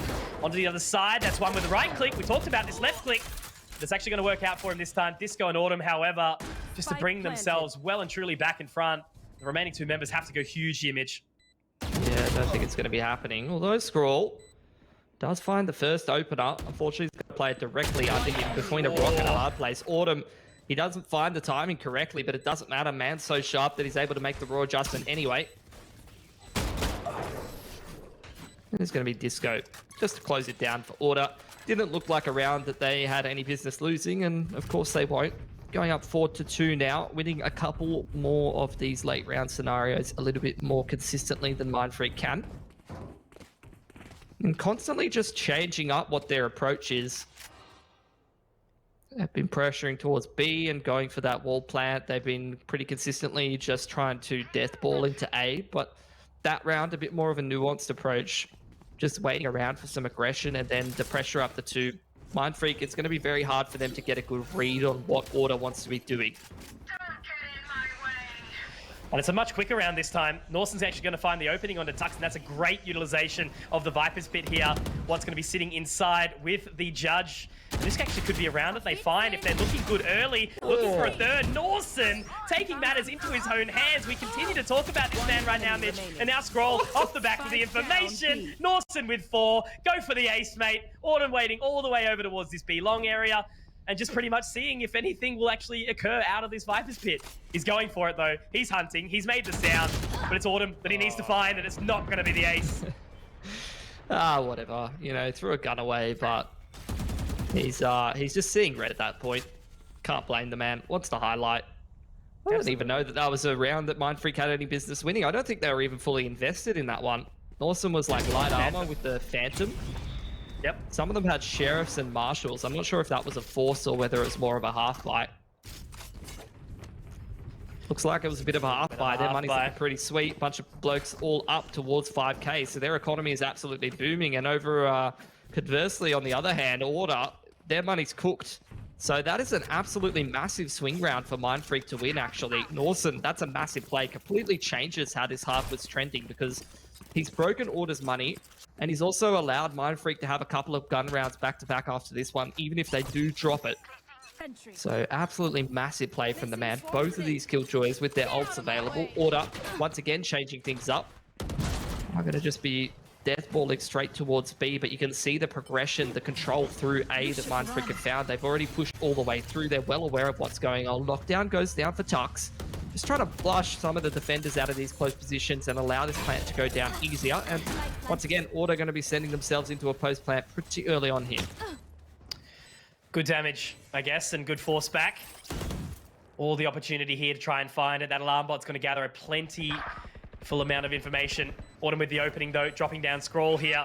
Looking clean, looking crispy, as he usually is. Fires blade over the top, not quite spotting it. Now knows Calf, jumping up the top. Disco's actually there to wait for it. Watt picks up one on the flank, though, and now these other members, they're here, Mitch. Norson, Hex, they're going to be able to collect on a couple here. Watt finds one more. Now it's all into Disco. He just gets out of this Killjoy lockdown, but no, the time isn't going to be enough. There it is. That's going to be the Nano Swarm to absolutely lock it down, but it's half. He's walled himself in indeed. He's going to be able to find this. Oh, man, that's so lucky. So lucky, but maybe not at the same time. Well done. Good stuff from Pex. But the pressure, I'll start to feel it there. I mean, that was definitely the right play. Pex is just, he's walled his teammate in to try to just defuse that spike. Obviously, you know, it's a pretty common play, walling for the retake, but when there's a Killjoy mine there, definitely not ideal. He couldn't go anywhere. He just ended up burning to death, unfortunately, and, you know, Pex still secures it. Still, obviously, the lockdown forcing that player back towards B long, and then you just already have the wall down, and so much time ticked off the spike is going to win them the round in comical fashion. Order. Those are the things that happen in Valorant, right? Yeah. Makes it spicy, makes it exciting. Of course, of course. This is cute from Order. It's taking a bit of a risk, why not? But Norson never really caught off guard by very much as this man. Nah, looking happy. Gets taken down in the end, but more, you know, stat padding, I guess. Finding two big ones, but hang on, Mitch. Have we just, no, good. Okay, maybe not. Sign's still alive. Sign's still alive. No, it's good. It's a lot of damage, but end of the day, it doesn't matter too much, because like I said, Mindfreak, they won that bonus earlier on, or like the half buy earlier on, so their economy is very, very strong at the moment. Does suck to drop a couple of guns towards the later parts of the half. He's still got a couple of rounds of play left, but their economy is not looking too bad at the moment. As for Order, couple of these late round situations starting to get shut down a little bit. They found maybe a little less success towards B. Let us hunt. Mr. Very good. Impact, though, Norson, this game. Scanning ahead. Many a good moment. A lot of Looking for footsteps control, though, being heard. now. Oh, man. There's just so many things happening. I know we're both excited to talk about it right now as well, but that's when the engagement is about to come out. They do fall away, luckily, however. And the damage is dealt. The trades do come out. Norson onto the other side. Good trade out from Texas, but getting that res in. Texas found another as well. Calthorpe picked up one more. That wall's going to go down, but he should hit this shot, and he will. They're connecting exactly when they need to right now, Mitch, and after expending that res already, Disco does get another one back, but Calv is in an awkward spot. How's he still alive? He will be taken down by Disco in the end. And Peck's now tasked with the impossible. He's stuck behind a wall. Yeah, he's got a res, and he's got a teammate's body right there that he can use it on. Gets Norson back into the equation, who does have a lockdown available. He's going to throw that down straight away. They are going for this. 2 ults invested in this 2-on-3. They want this round here, but there's going to be so much time ticked off the spike. There's already a Killjoy mine in position. I'm not sure this is going to be worth it for Mindfreak. Yeah, certainly a big task right now. You know, we already knew it, but after expending that res, clearly they're keen to get in here. They need to move quickly, and they're going to be able to find some damage. Peck's good for 1, but now it's all left unassigned here. He is going to be able to get the heal off, but look, 1v2, up high, down low, firing a couple of shots. He's still got 1 point of HP, but Disco makes it 4 in the round, and that is, again, this man, usually seeing him on the raise, but just as handsome as ever on that Killjoy. 16 and 8, topping the server. I'd love to see his Killjoy stats, like, on that agent, because he's had 2 games where he's just absolutely owning. Yesterday, just farming Nebula, and today, another great performance against Mindfreak. Yeah, it makes you wonder. Why not diversify his agent pool a little bit? I'm gonna check it now, because I know it's something ridiculous. It's like, okay, 37 games of Raze, 4 of Killjoy, and 1 of Viper. So that's what we're talking about here. But it works. Method to the madness, right? He's clearly being able to do some great things, and you know, seeing it on Icebox, he's, I guess, tasked with controlling quite a big part of the map, and it's paying off. Yeah. It is just one of those worrisome things, though. You don't want to be a one-trick in this meta, because it is just one of those metas where all of these new characters are being pretty popular. That is a classic Texter move if I've ever seen one. No respect, just walking up, finding the opening for order.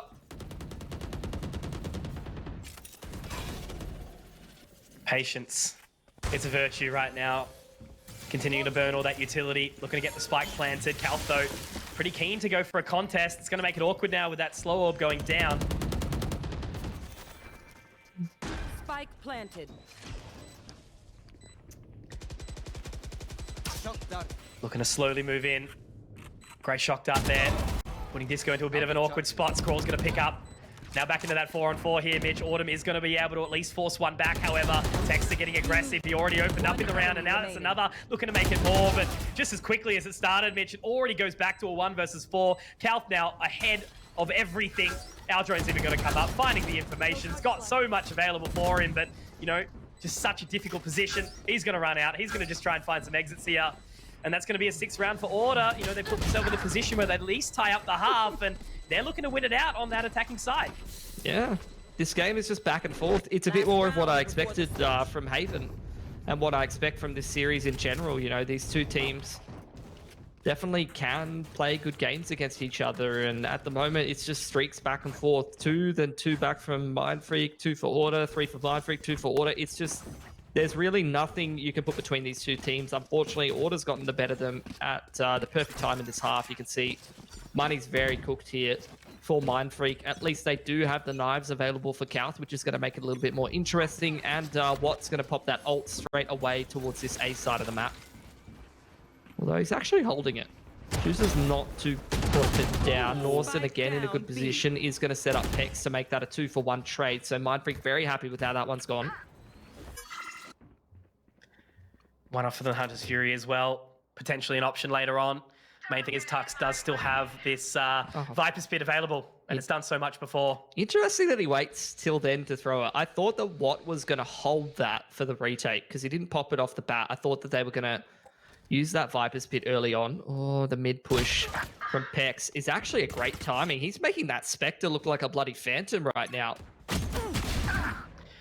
A couple of good shots. Disco to find it back, though. And now it's just really on order where they want to take this spike.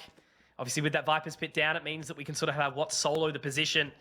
But they've been let towards this site relatively for free, and they've sort of set back. And I guess they're just keen to play the rotate and the retake here, Mitch. Plus, Signed has his shock darts available.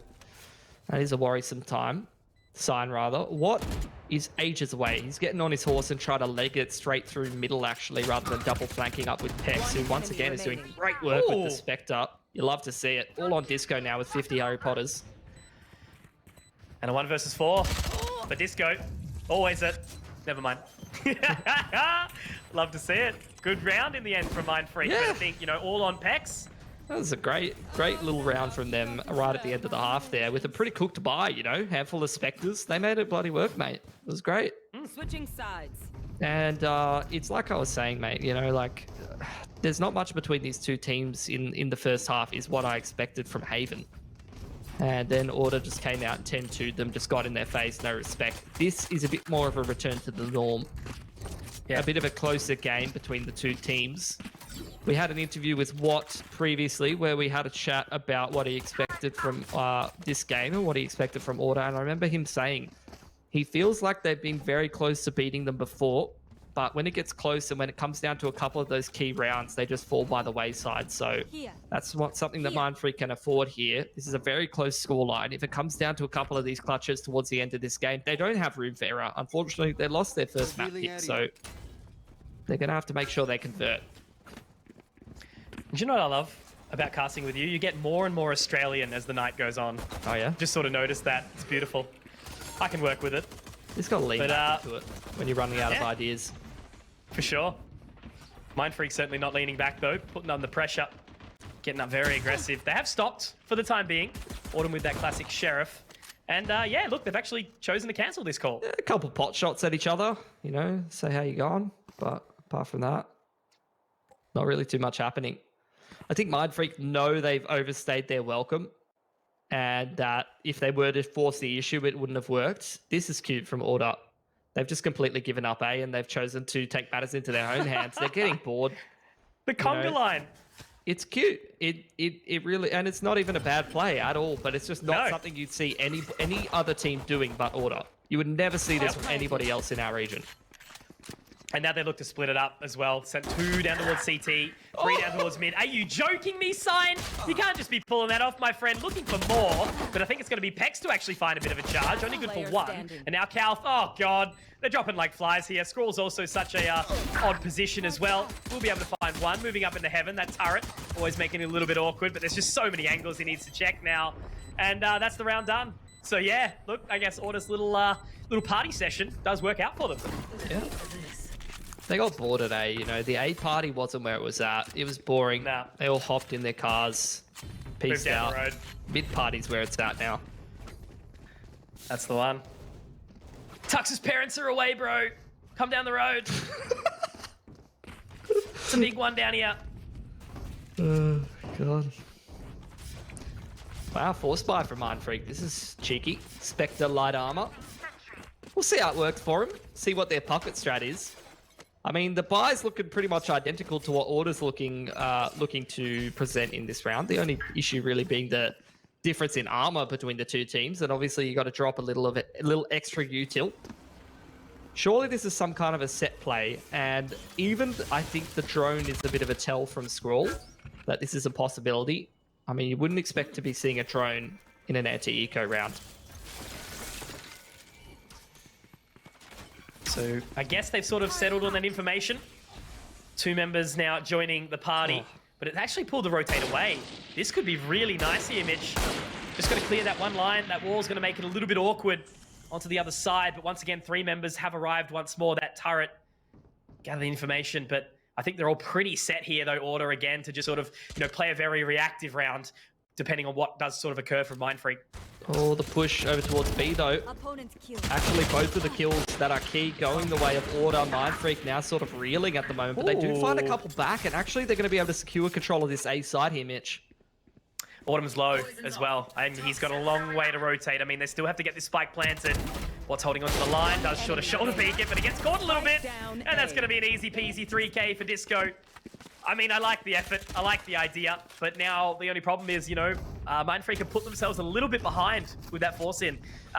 They played it a bit too cautiously, maybe. I mean, I don't know. I always feel like if you're going to be the ones to force into a round like that, you need a clear idea and a clear plan to be going for that kind of a force buy rather than just kind of like walking in towards A. Like you need a set play or a set execute that you think is going to work up against an anti-eco setup. That's the whole point of forcing it around like that. Order being the ones who are who are running the anti-eco, they're not expecting you to force, which is where you find your advantage because everyone runs, you know, a little bit safer of a setup on that defense when you're going anti-eco, maybe some more passive positioning sometimes. That is a hell of a shot. That's a classic 145 in one that everyone hates to see. Yep. Just rewarding. Feeling the pain He hit many a nice a shot. time. Exactly. Or it's just like the old, you know, you do it to a Reyna. Reyna dink 1 to 40. Oh, she's Get it healed. back. Never mind. Back to full.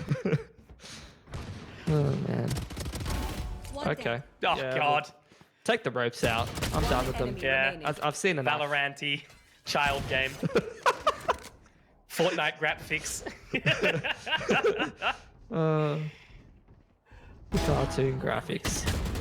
Oh, That's another nice quite shot. ready. Nice shooting with the sheriffs. But outside of that, not too much to write home to mum about. Lord up. They're not having any issues right now with this half. Let's see if that starts to change. Again, a couple blokes pretty close to their ults here for Mindfreak. Big impact ones being Watt, Scroll, and Pex that are all pretty close to their ults, which could definitely change how this round works out. As for Order, not as much to work with. They do have that res already available. So potentially a man advantage for them. And they've got a strong economy behind them as well as a 3-round lead. So Mindfreak definitely the ones who have to answer the call here. And so far so good. A classic from Cal. Winning that opening pick versus Autumn is no easy feat. But unfortunately he's already used his dash to get into that position. So he's in between a rock and a hard place right now. Norson making good work of a trade though onto the other side. down Disco's there A. too, but trades, it's what we need and it's what we're seeing right now. Sight will be taken control of and it's a long way on this rotate. Kalth is ready for it though. Oh my God, he's just been race car peaked. Yeah, Tux gets the job done. 2-on-2. Ferrari peak. There's the Killjoy ult Yo. from Norson. That's going to slow down this retake for the time being. Scroll picking up the orb previously. Does have access to his Hunter's Fury, but he's playing quite a close position. I prefer that. He's going to reposition. He's going to go to a bit of a safer spot where he can utilize that ult to try to win this round now. Both quite deep. That's a nerdy line up there. Onto the tap. We'll go over Oh, the they top. shot it. Nice. Yeah, clean. They're not on it, Not going to though. be able to pop that one now, and they're just going forward for the duel. Going to try and hold it down. Scroll's been pretty good today. He will continue that form. Tux does take him down, but he's not got enough time, Mitch. It's going to be not enough. If he does at least clean house, it's going to make it expensive for Mindfreak. Well- but a round back on the board finally. I mean, that's massive. Mindfreak's got no money. They're going to be like 3.5k, right? Yeah, they're cooked. Their money's cooked. They got a bunch of them have to go down to light armor. 4 out of 5 of them. Whereas Order, they have money behind them. You know, so getting all those kills towards the later parts is absolutely massive for them. This round's going to be a little bit more interesting because, as you can see, almost everybody has access to their ults. Couple kills, couple orbs could be the difference makers. So this is going to be a messy one for both of these squads. But sort of thinking both of them these, pretty broke. So must win for both of these two teams. Remember that ad on TV? It's like same age, same income, same super contribution. But you're on the attacking side, so you've got no money. Look at him go, mate. He's just dancing. Dance.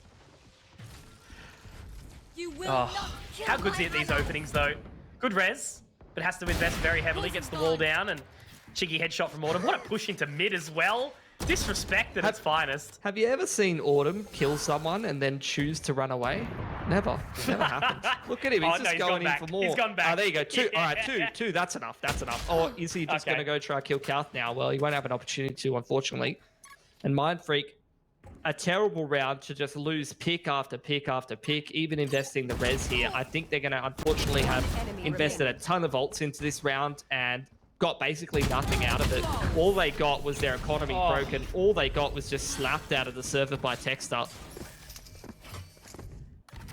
Yep, 6 frags in the round, burnt utility every which way. I guess the only sort of saving grace is the fact that there is 2 ultimates available, but look, does he even pop the blades this round? I don't know. Yeah, try to go for damage maybe, because the money's still fragile for Order. If you get a couple of kills in a round like this, it will end up mattering if there's a domino effect and you start to put the comeback together. But their money's cooked, Mitch. I'm not going to sugarcoat it. This is a terrible position for Mind Freak. Damage is necessary this round, and then they need to have a couple of good gun rounds after that. And I'm just not sure they've got it in them tonight. Order's looking a little bit too scary. Autumn's hitting everything. He's got the operator online. He's got the money for it to continually reinvest in that, even if he does drop it at some point. And they've got a handful of ults to work with. Like, everything's online for Order right now. Yeah, such a predicament for Mind Freak. You know, they just have to sort of hope for a miracle and stringing a few of these rounds together. But, you know, when Autumn's popping those shots with the old Call of Duty 2 sniper. Enemy remaining. Up on the top. There That's you go. one. Got there eventually, Norson. Little pea shooter. Started off being annoying, and then you're like, oh, I actually died to that. Yeah. After 14 dinks, we got there. Alrighty. Well, Mind Freak, it's a mammoth task. No other way of putting it, really. Even in this round, they just have a whole bunch of blokes having to go down to light armor. That's very, very sad. Order, just look at all the utility they've got. They've got the res if they lose the first pick. They've got a whole bunch of retake utility. Hunter's Fury's one off. They got the lockdown. They got the Viper's Pit. This is going to be a tough task for Mind Freak. There's no other way to put it. Let's see what their go-to is going to be. Sign grabs that Hunter's Fury by farming the A orb, so he's got access to his ult as well. Tux is going to put his Viper's Pit down, and Autumn's pushing through with him towards A. But in the meanwhile, Mind Freak just storming through mid. Disco hears all the footsteps. He's calling for some rotations. I think the main thing is they actually did spot Autumn in the end. Now what? He's also fired a couple of warning shots. They know there's 2 inside the kitchen and they've been isolated as well. That's going to be a great Hunter's Fury to come out from Sign. The spike does get planted though in the end, and Texter picking up one as well. So Disco still living on, really making it difficult for Mind Freak. Autumn another shot. This could be very well the last gasp of air. But Calf at least gets one back, and now the defuse comes on in. Nawson's so far away, it's just done. The round's over, and we're pretty much closing up this series right here and now. Couple exits at the end for Norson, but Jesus, the wall across kitchen in combination with the Killjoy ult to flush literally everybody out of the site. That was absolutely beautiful util on the retake from Order. You can't go A, there's a Viper's Pit there. You go for that fast mid to B to try to throw caution to the wind and try something a little bit different. And Order's just got the perfect response, mate. Adaptation at its finest, right? You know, showing Order's experience time and time again. I was thinking, you know, 4 members towards A, maybe they've got the method to the madness here, but yeah, straight into kitchen and denial. And Autumn, this is what he does. Him and Texter just trying to get in the face of Mind Freak. Have they ever failed to find the first pick? It's very, very rare. I mean, especially tonight. This is just disgusting to play against. Mind Freak again, down a man, trying to play from a deficit. And they will expend the pit. I guess it's the last sort of ditch opportunity now to really try and make something happen. Calf will be able to drop Disco in the process. Peck's inside. Are they actually looking to exit here? There's already that full flank, the big rotate coming through. Texter gathers some information, a missed shot from Autumn, and that actually allows the advantage to come the way back into the round, Mitch. Here we go, potential opportunity for Calf as well. Scroll drop one on the flank too, and now the shock dart to go into this Viper's Pit. It's got to actually find one. Texter making quick work. That's the resurrection. The round's been turned on its head right now, but Pex, he's still alive, but Autumn is as well, Mitch. Now it's onto the 1v1. There has been a little bit of a heal to come out, but holding on for dear life right now. Scroll, the information has been gathered. Autumn straight in there like swimwear, and he is out in the round. 13-7. Order are your victors here. 2-0 in match number 1 for the evening. He's just B-hopped at him and killed him straight away. I mean, what can you even do there? You're trying to hold the angle. You're trying to be a good boy there. Scroll, do what you should be doing in the one-on-one, and you just get absolutely demolished out of the server. I mean, maybe not the series that we wanted between Order and Mind Freak, but what can you really say? Order was just here to play tonight. Yeah, no, look, I think, it was just a really, really solid form from them.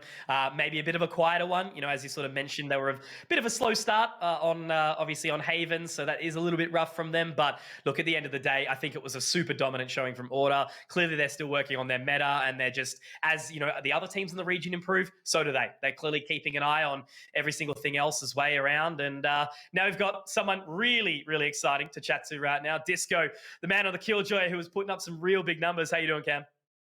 I'm doing great. How are you? Yeah, no, fantastic, Can you man. hear And me? look, I guess, yeah. You can hear us? You're all good? Yeah, I'm good.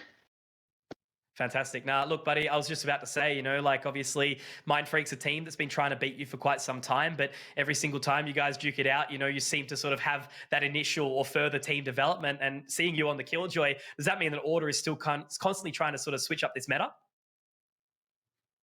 I mean, I wouldn't say like switching up the meta, but we just kind of run like whatever comps we feel like works out. Like most maps we have like multiple comps, so we're kind of just ready for like anything, I guess. I noticed that you guys chose to pick Icebox in this series after last two times you played Mind Freak. It wasn't in the map pool. You guys feeling pretty confident on all the maps? Are you looking at Breeze at the moment? And similar to what Conky was saying, second question being, you're usually on the Raze. Do you have a lot of other characters that you've been practicing and stuff like that, or is it mostly just on the duelists and whatnot? Terms for the maps, I think Breeze is off the cards at the moment. We haven't really figured out how to play that yet. In terms of like the duelists or like the agents that I play, mostly just sticking to the duelists. I have like offered to play like other agents, but at the moment we don't really want to make the switch. Cool. Yeah, no, fair enough. And I guess, moving into that upper bracket now, my friend, obviously down to the final, out of the two games that we've got, or the next game that we've got coming up, Bliss and Wildcard, who would you prefer to verse more into that next one? Wait, what are the teams? Sorry? Wildcard, I think. Yeah, Bliss and Wildcard, yeah. Honestly, Wildcard. I haven't versed them in a while. Be pretty cool to see like where they're at. See my boy Swell in action. Cool. Now, awesome. Well, thanks a lot for hanging out, my friend. It's always a pleasure to sort of get you in here, but all the best in the rest of the competition. Yeah, no worries. Thank you. Well, there we go. Just heard from the big fella himself. And yeah, look, Mitch putting up really, really big numbers on both of those maps. It's nice to see him, not be that one trick that we sort of have seen around, because he's so damn good at the Rays. It doesn't mean that he can't be good at other things as well. So, guys, it is going to be wrapping up for this first series. Of course, we do have another run around the corner. It's going to be about 20 minutes away, 8:30 p.m. Australian Eastern Standard Time. But also make sure you do check out that B stream. We do have digital and temporal bringing it through on the other side of the bracket. Of course, that is going to be on twitch.tv/LPL_play. Make sure you guys do join us, but also hang around, because we'll be seeing you guys back very, very soon with Bliss versus Wildcard.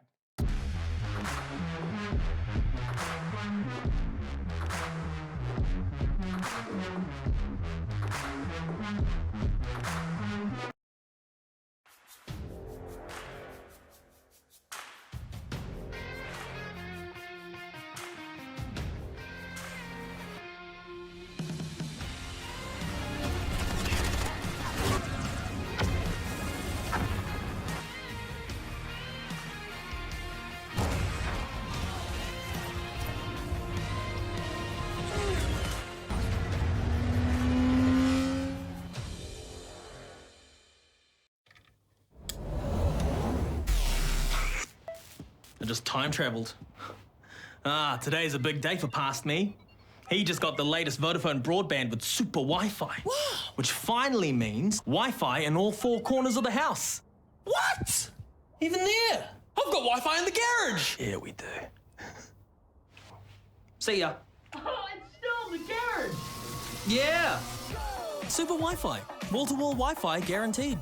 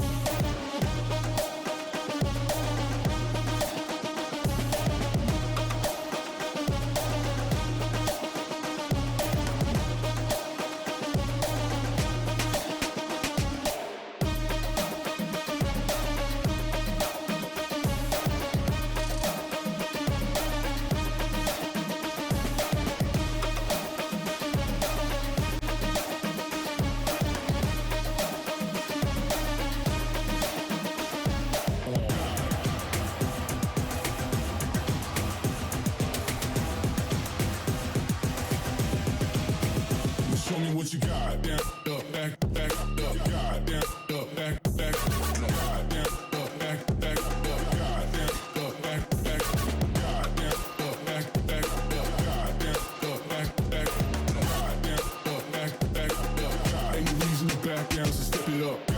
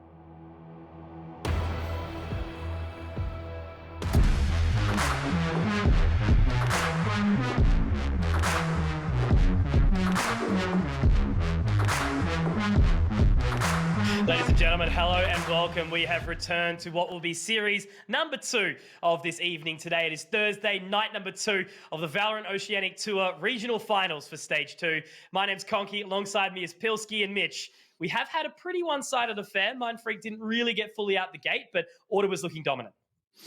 Yeah, they had some good moments. They had some good rounds, but I think Order was just the better team tonight. They turned up a hell of a lot more. The individuals were firing on all cylinders, and when Order's feeling like they're in that form, they're very, very hard to stop, and they usually are. I think it's similar to what Tux was saying in an interview. Essentially, there's a couple of teams that can beat Order, but they need to actually step up and play to the level that they're capable of and play their peak performance to be able to make that upset happen. And unfortunately, Mindfreak just wasn't there tonight. Good news for them. They can go down into that lower bracket and they can potentially try to slog their way through there and have another crack. But now we're going to move on to our second series of the upper bracket, which also should be a pretty good one. Yeah, this one, I suppose, actually has the potential to be a really, really close one, right? These two teams, very hotly contested, Bliss and Wildcard. They've got, the wow factor. Obviously, they've got a very, good bunch of sharp individuals. We're going to be seeing them obviously come up in a little bit. But also, they've got a pretty good rivalry going on as well. I guess around that sort of 2, 3, 4 rank in the region, they still are pushing and contesting. We did hear about how, Disco actually wants to play against Wildcard because they haven't for a little while. So I think that's a really cool sort of narrative to see pushing forward. But, these teams right now, they're obviously pressing for those points. They want to be moving over to go for that overseas last chance qualifier and, put up against the rest of the world. What we can see, obviously Reykjavik only just did happen recently and NA was on top. So I think it's a pretty good statement to see if Oceania does actually go over there and, put up some good numbers as well. Yeah, it's an interesting one. Usually OS gets sort of lumped in with the rest of Asia in many other esports titles, and that's more sort of the norm. So it's interesting to see a different path going straight into North America. In a way, it's a bit of a blessing, although it's going to be much harder to slog your way through, similar to other esports titles. Whenever you get dumped right into the middle of the most competitive region, it's going to be much harder. But the good news is that they'll definitely have a lot of improving to do when that happens. Absolutely. So let's introduce ourselves to these teams. Obviously, we're all familiar, but you guys on the stream may not be. So these are the handsome gentlemen in front of you right now. Team Bliss, of course. The coolest thing about this roster is they've got so much to talk about in a bit of the background, right? You've got Major and Jungle, obviously over from those CS days, but then Fleshes, a FIFA pro player that actually sort of did come into the reins a little while ago. But all these teammates work really, really hard. They're a fantastic bunch. Eyes are going to be on Ronsky, playing around that duelist, that Jet usually, just super, super sharp. And I think as Bliss, do develop a little bit further, they put in a lot of hard work, might benefit from a coach. But it's been impressive to watch them sort of on the come up. Yeah, I think that Bliss is the team that when I started casting a little bit of Valorant in this region, they were on the come up, and I think they've well and truly made it at this point. They're a top 4 sort of staple in this region. They've done what all the other teams that are sitting below them and have been able to break through that barrier have wanted to do. They've put in the work, they've improved, and they've made themselves a mainstay, an invite in all of these top tier tournaments, and they're getting results too. Absolutely. And obviously Wildcard, their contest this evening, another team of very, very familiar faces. And here we got some bloody photos as well. You love to see it. So, similar sort of lineup. We've obviously got experience from all around. I do believe Noz sort of had that, I think it was Overwatch background. And then obviously Swirl, one of the young Sharpies, come up. And Ninham, such an important player as well. But look, across the board, Infrequent, he's got that world of international sort of CS background as well. I know he used to play in some of our upper echelons, being one of the top, Australian authors. So, again, worlds of experience inside this roster, and very nice to see them settling into Valorant well. I remember playing against Infrequent, and it's not a happy memory. It's a memory of dying every time that you peak. Man just did not miss back in the day. But I think he's made his way into Valorant now. He's not really playing that same sort of role that he might have been known for when he was at his peak in CS, but he's still a very, very good and very, very consistent player. So I think just departing from Infrequent and looking at the lineup as a whole, it's a solid roster full of very, very good players. It's not the best team in the region, but it's a team that you can't underestimate and can definitely beat anybody on their day. Absolutely, for sure. You know, it's an exciting team, all the matter. And now we get to check into that little head-to-head. So Ninham, 1.4 KDR. He is always putting up impressive numbers, a very flashy player. But the exact same thing could be said for Ronski. I think Ronski is a perfect example of like a young developing player. He's obviously got the aim. He's obviously got, the confidence to go for it as well. But I think he does have the tendency to get into his head a little bit as well. So he's been super impressive to watch. And I think over time, he's going to be one of the best in the region as well. But look, Ninham is someone that just always constantly puts up these numbers and definitely a big focus in the team of mine, Wildcard. Yeah, I mean, that is our Jet matchup. So those are the two players that are going to be having big impact. They're both pretty well rounded as well. They can use the AWP, they can use the rifles, they can use the blades. So these are two pretty well rounded Jet players who, based off of their performance, could be deciding factors in this series. For sure. So, what is going to make a series, right? The maps. So let's check in to what we actually do have coming up. Ooh, okay, another little bit of Icebox. That's an excellent start here. And I think Bind is also another good one as well. And at the end of the day, ending up on Haven, potentially. This should be a 3-mapper. We did say that about the previous one, but, I think it's cool to obviously get these 3 maps here. So the band's sort of going by the wayside. Focus, Icebox, Bind, Haven. What are your thoughts on this one, Mitch? I like that we're just seeing so many teams so comfortable with Icebox now. It seems to just be a mainstay. It seems to be a pick for a lot of these teams rather than leaving it towards the leftover. So, if I compare it to other titles, usually there's a bit more hesitancy to quickly adopt a new map. But I guess maybe because the map pool's a little bit smaller, it's been a little bit easier for these teams to embrace the new map and to weave it into their map pool, because you only had a handful of maps before that. Now we're starting to slowly get more and more added. I want to see, these teams be early adopters and make sure that this is a widening of the map pool is going to be something that's embraced in this region, because otherwise they're going to fall behind the meta internationally. Absolutely. And, we got that insight from Disco, right, just before saying, Breeze too hard. We need to work it out a little bit more. Obviously, that one's, super heavily aim dually over towards that A site mid. So much space. And it is cool to see at least, we did have the series on the weekend where it was pulled out. Very chaotic, but to already see some of the players have some cool lineups and really sort of start to take the test. But that's exactly to your merit of what we've already spoken about, just before and in the previous series. I'm glad that we see teams sort of embracing some of the new maps, because, anyone that only can sort of play that handful, very much the middle of the map pool, a lot of the time they just fall by the wayside and become a little bit more irrelevant. Yeah, we're just seeing Icebox series in, series out. So, I'm not going to complain too much. Bliss, I mean, as they've been on the come up, Bind's been a very, very solid one for them. So not surprised at all to see that being picked for them. And then we're going to get Haven as well. It seems like Haven and Icebox is like the two go-tos that we're going to see time and time again. And Split is the map that people don't want anything to do with at the moment. It's a very exciting decider as well, because it could be, real hectic chaos, right? We know that Wildcard are a very, very good Haven team, but I've also seen great things from Bliss too. So I think, crunch time, if it does come down to there. Any sort of predictions on this one, really? Like, I'm sort of wanting to walk into it and see what happens. It's a hard one to predict. I think I like watching Bliss a little bit more because I enjoy their style. I can always see a method to the madness there. Whereas Wildcard, I don't get as much of a sort of macro cohesiveness feel from them. Rather, they're a team of 5 very good players who know how to play off of each other and make good decisions a large percentage of the time. So they're just a very, very hard team to beat, but they're less of a team to me than Bliss are. They seem to be very cohesive and all on the same page. Yeah, lots of hard practice. We've heard it from them numerous times, but without further ado, let us jump straight into this matchup. Icebox, straight off the bat, it was our last map that we did just see, obviously, between Mindfreak and Order. Obviously, in the end of the day, it was Order that did take it quite convincingly, but at least there were some moments of brilliance. We saw a bit of a turnaround. However, now, a fresh series, a fresh time. This is obviously the top 4 in our region that we've been witnessing tonight, Mitch. We're moving towards points, we're moving towards excitement, and of course, some cash at the end of the day. Bliss versus Wildcard, run it back. You got Bliss starting off nice and early on that defensive side as their opponents have picked the map. Got Swirl actually, double duelist between him and Ninham over there on Wildcard, and similar thing from Bliss. Very, very similar lineups between these two teams. So interested to see how this mirror matchup works out. Whether they do take a very similar style. Wildcard, Gone straight for that B control, looking to try to get themselves into a post plant, and Bliss have just let it go by the wayside. They hear all of these footsteps. They're going to start advancing through mid and setting up for a retake situation. And RD already ready for it as well. It's going to miss a couple of shots though, and Easy will... Oh, it's actually... Hang on. Okay, never mind. Gets the frag.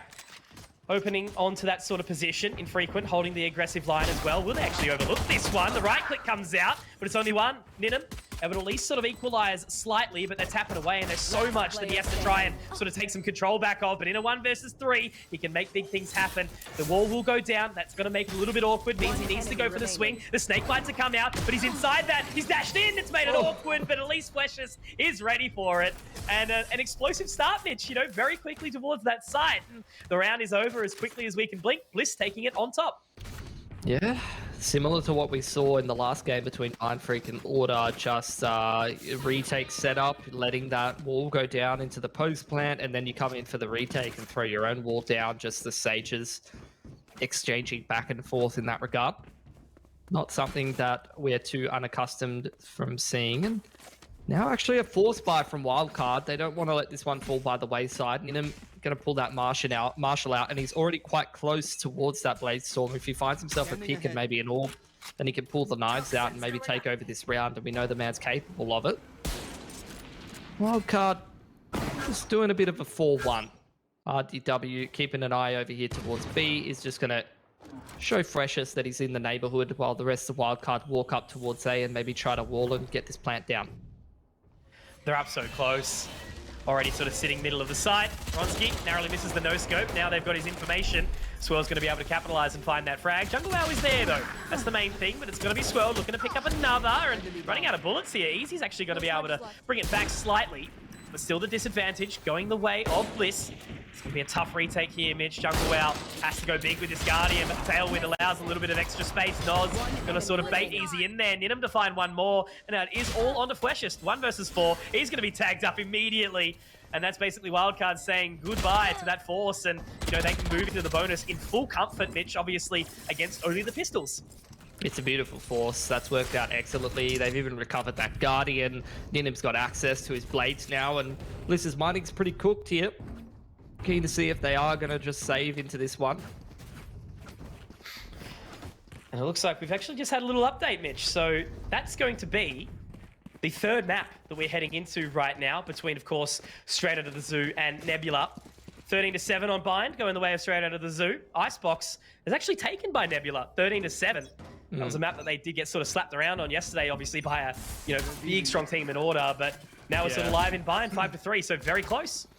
Yeah, Nebula's a very good Icebox team, so I'm not surprised at all to see them pick that one up. Like I said yesterday against Order, they didn't show what they're all about, but they are definitely capable of picking up a victory against Straight Out of the Zoo. A little bit of an easier opponent. I'm keen to see if they can seize that opportunity, because both of those teams very familiar with one of each other. Attention back on this game, though. It's just Bliss on an eco, not too much to write home about. Wildcard in a very, very passive setup. Waiting for them to make mistakes, make this round a little bit easier rather than them having to work for it. I'm loving the different agent lineups on this map too, right? You know, we've got a Mirror again. We had a Mirror previously, but different, sort of opting in with the Killjoy instead of the Reyna. It's an interesting one, you know, you see different sort of play styles. If you were to draw comparisons to Reykjavik and things like that, a lot of teams in this region wanting to be, you know, mini Sentinels and play double duelists. 30 seconds left. Spike planted. Hopefully Mage up. Just looking to find some damage here. 1 versus 3. Res available. Should be relatively clean for Wildcard. I do like that Bliss is sort of, you know, taking a knee here. Not looking to force back in straight away. Just sort of get this round over with and move into the next one. Can't complain too much. 2 picks for them. Could be a third if Major is able to convert, but Infrequent's going to shut him down. So not too bad after all's said and done. Wildcard, they are rewarded for their force, and now they're going to be put in a very good position as a result. First opportunity for Bliss to get on the board, though, after losing that anti-force, I guess you'd call it. Easy and Fleshes, pretty damn close to their ults. Actually, a lot of players quite close to their ults or already have their ults complete. across the server. So as far as the first gun round goes, this is going to be a pretty crazy one. Get out of my way. Immediately the blades as well. Yep, pulls them. Doesn't want to have to upgrade. No reason to, really. May as well just start working on your next ult. Use those Blade Storm ASAP. And again, it's the same sort of approach from Wildcard. It's a 4-1 from them. RDW minding one side of the map, the rest of the team working the other. All is lonesome. Jungle out. Very, very impressive on this Viper in this map. I've seen so many big moments for him. But for the time being, he's just going to wait. Shocked up, looking to break the wall down. RDW trying to make his way through the A position. And he might actually be able to do a lot of damage on this flank here if he does find the timing right. Jungle Wow for the time being has very much been stuck towards this snowman area, but he still continues to walk on in. Should be able to find one very, very easily. And that's the frag. There it is. Starts off well, denying that member of Jungle.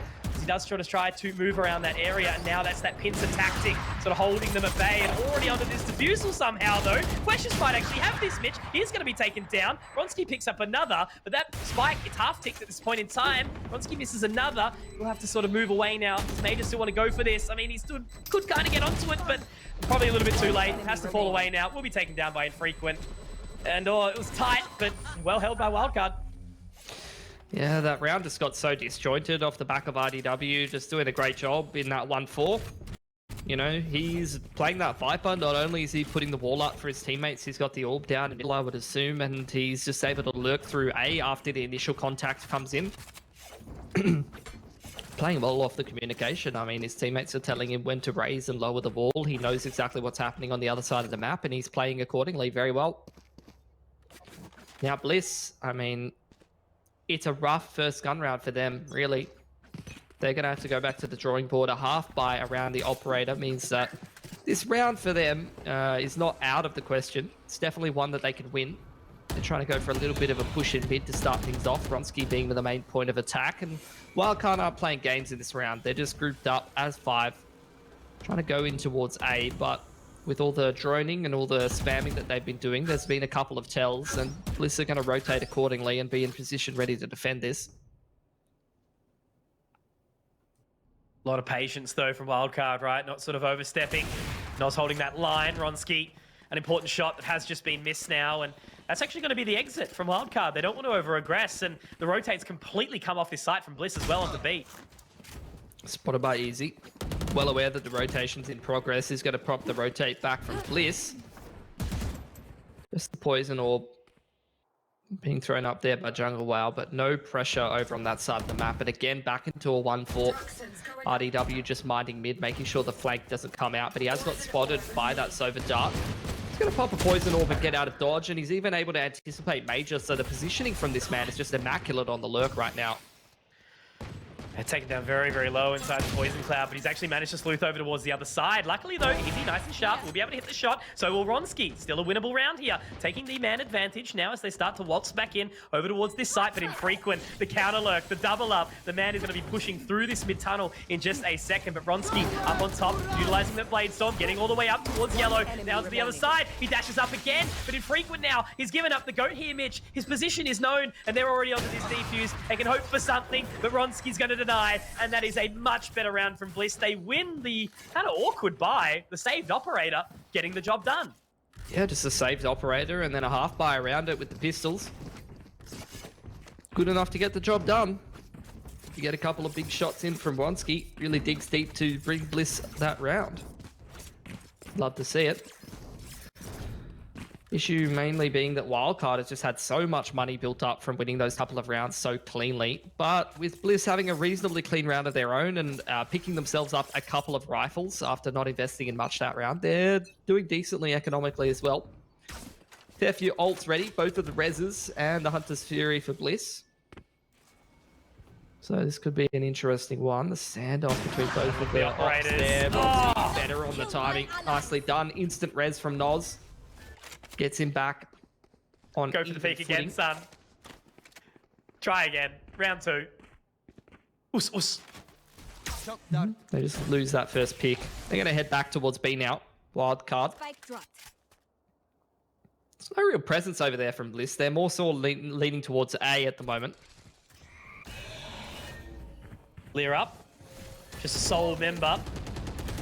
Gonna hold it for a little while. We'll be able to destroy the barrier wall for the time being. Fleshist looking to maybe fire a couple of warning shots. Doesn't go for it just yet, but now Swirl, fortunately, he's been tagged up. Easy's gonna be able to connect a couple of shots with the Hunter's Fury out, taking him down. Ninum up on top though. This spike yet to go down though, Mitch. Yeah, Bliss opening up with 2 picks is making this very, very hard for Wildcard, giving them a lot of pause for thought. That wall is no longer an option to play off of and get that plant down, so they're going to have to do this the hard way. Find a couple of picks and open up this site the old-fashioned way, and it's not going well at all. Flesh is no. like a rock right now. There it is. Just how clean. And the hesitancy, right? The second that wall's destroyed, there's just not really a whole lot that can be done. 15 seconds ticking away. RDW needs to go down here as well. 10 seconds left. Won't be able to really save a whole lot. Maybe just sort of try and take 1 or 2 weapons in the process. But Ronski's already onto that line. Information gathered by the Recon Bolt. And Flesh is to pick up 3. Battle Sage, get the job done. And I think, you know, he had a lot of impact in that position, just sort of holding solo and giving his team enough time to get that rotate around. Yeah. Mainly him and Rodsky who were just locking down that round together. Wildcard, definitely not ideal. Just losing picks right and left and moving through the map. Not really finding too much. So we'll see if they have some adaptation here because the economy's been flipped on its head. It was previously Wildcard after finding some success early on post-Force. They had so much money, but after a couple of real clean rounds, it's completely gone the opposite way. Bliss is now the ones with great money. Aggression attempted from Bliss, but unfortunately, so if the jet smoke doesn't get on top of the start, they're going to oh, there he is. fall back. I don't know, I think you just lagged out of Discord or something just then. I was like, hang on, where's Mitchell gone? Oh. It's okay, I can hear you now. Hello, friend. I think you must have lagged because I saw everything on Remix. That's all right. No. Must have been me. I was just like, I need friends. Where are they? Classic WA ping. Yeah, dude, 60, imagine. I'll just queue Singapore now. True. There you go. Conky, next best SEA player. See you at Berlin. It's been a big fall from Immortal to Platinum 3, Mitch. I need to play with you again. I mean, that could be interpreted in many different ways, many different contexts, but we should probably focus on the game because Ronski is just absolutely taking things over until he unfortunately makes a small mistake, pushing into the smoke on top of the dart. In the meanwhile, Noz gets the plant down and we're thrown into the 3-on-4. Ninum this time is the man towards mid, but unfortunately, RDW has been doing that dance for most of the half and he's been anticipated. Speaking of the man, he's got a tall task ahead of him here, Mitch. You know me, I love a good opportunity to 1v4 here and inside the Vipers pit. It's certainly the place to do it. Sort of shifting around different positions in the box. They need to move in as a unit, trying to gather some information. But that time is ticking. Luckily though, Jungle, with the predictive shot, we'll be able to find him. That's the thing, you know, if there's 4 alive, there's so many different angles you can fire a couple of shots towards. And Bliss take the lead, Mitch. I think this is kind of what I was expecting really from this series. You know, I feel like Wildcard needs a bit more of that individual brilliance to find success, whereas Bliss is just a little bit more able to just come through these rounds from a team, from a macro perspective.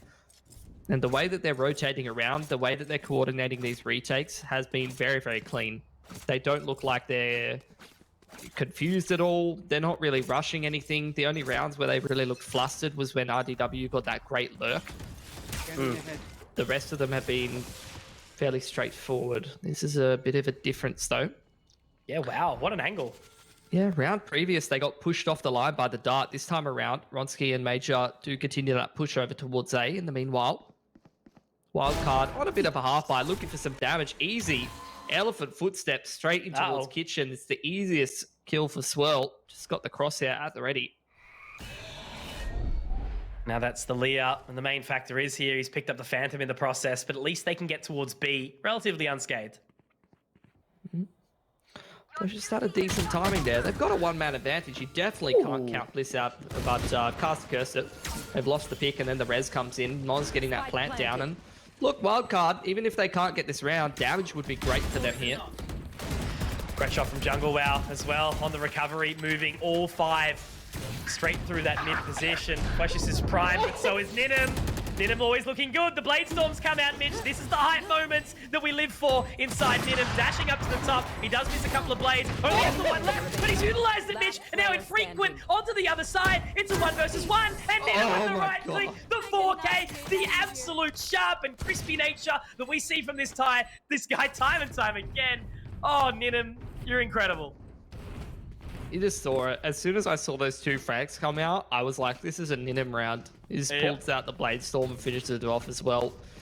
This is what I'm saying, man. This is the whole narrative that I'm trying to paint, you know? It's individual brilliance up against the team aspect. Bliss all trying to retake through middle. And someone on wildcard needs to go big. And sometimes they answer the call, and sometimes it's just not possible. And that's really the push and pull of this series. Both of these teams very evenly matched, very close to one another, but very different win conditions in my mind.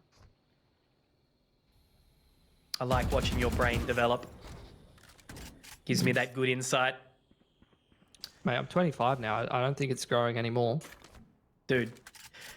It's gone from peanut to apricot, so I think that's about as good as we're getting. You're not sort of gunning for that watermelon brain? No. Oh. Although, there may be a watermelon-brained man playing Valorant sooner than people think, if the rumor is true.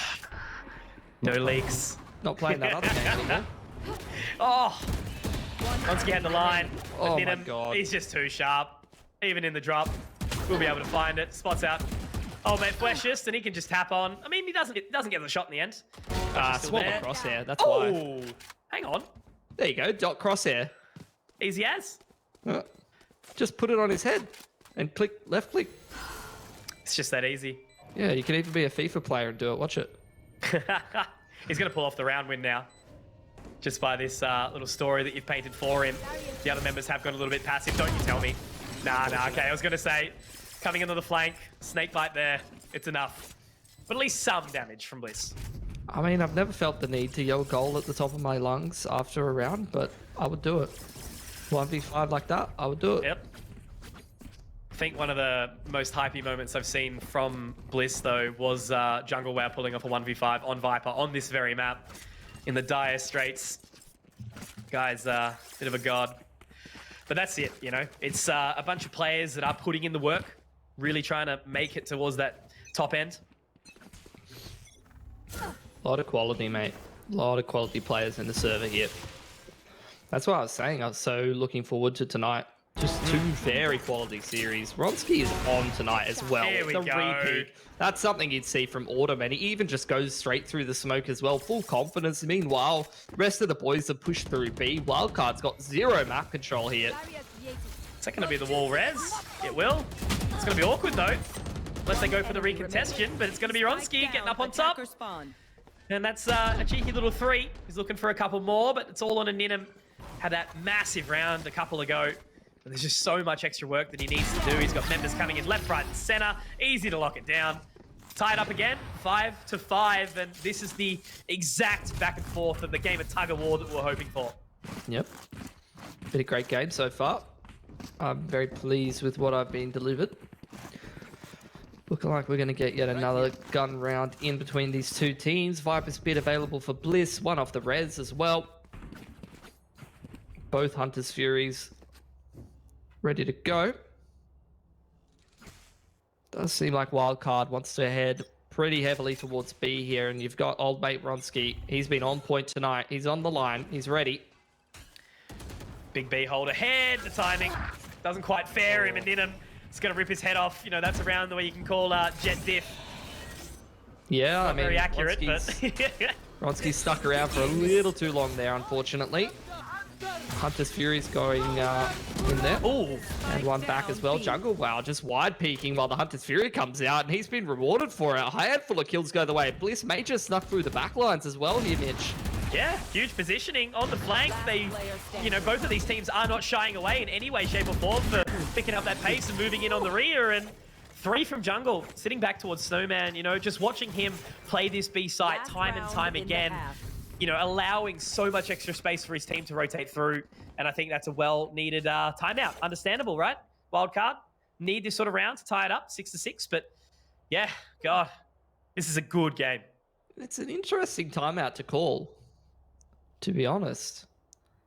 I don't know. You call a timeout for one round at the end of a half. There's not really not much else you're going to chat about that is going to be relevant going forward into the next half, unless you're talking about maybe our communication's not on point right now, or maybe we just need to focus up, maybe a bit of a pump up timeout, get the boys, fired up. Couple chair slaps. Oh, that's what I missed the most. I heard think you cheeky little land chair slap. appointed chief chair slapper at Tree Esports. Oh, Extremes Land qualifiers, nationals. Me and Sterling sharing a little moment as they beat the Chiefs on a map of cash. Very handsome. It was all, Those are the days, man. The chair slaps. That's all it was. Slaps. Look, all I'm going to say is that you must have chair slapped Sterling, and now he's just go look at the stats. That's all I'm going to say. So one of the best in the world, right? If anyone wants a chair slap from Conky and wants to just become the best player in the region, maybe send him a tweet. Get out of my way. I will be looking. I'm addicted to that damn thing. I think the funniest thing, right, about coaching in this game is, nice shot from Hardy, is I don't think I'll be able to bring any element to the game of actual strategy, but I can certainly fix your mental. That's all I'm saying. There's a res on Ronsky. Wildcard just sending it straight in, but Jungle Wow's just going to chuck the Vipers. They know where he is. Going to break it though. Unfortunately, no right click here today. Moving on in though. Swell's actually going to be able to find that opener. Ronsky, okay. Very confident peek there. And now they have to come in on the wrap. They might be able to break the sort of position. Easy. Awesome shot from Easy. Oh my word, it's all on a Ninum. 1 versus 3, and does he have to reload that Phantom? I think he does. He's actually going to swap over to the Vandal. Pick it up. Oh my god, cheeky flick. And onto the other side. He can find this. Ninum, don't blow my mind again, my friend. I don't think I can handle it at this point in time. He's looking up towards the top, but he's done it.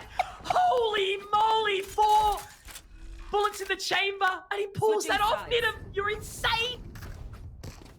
Oh my god. It's too early for this. So many highlights.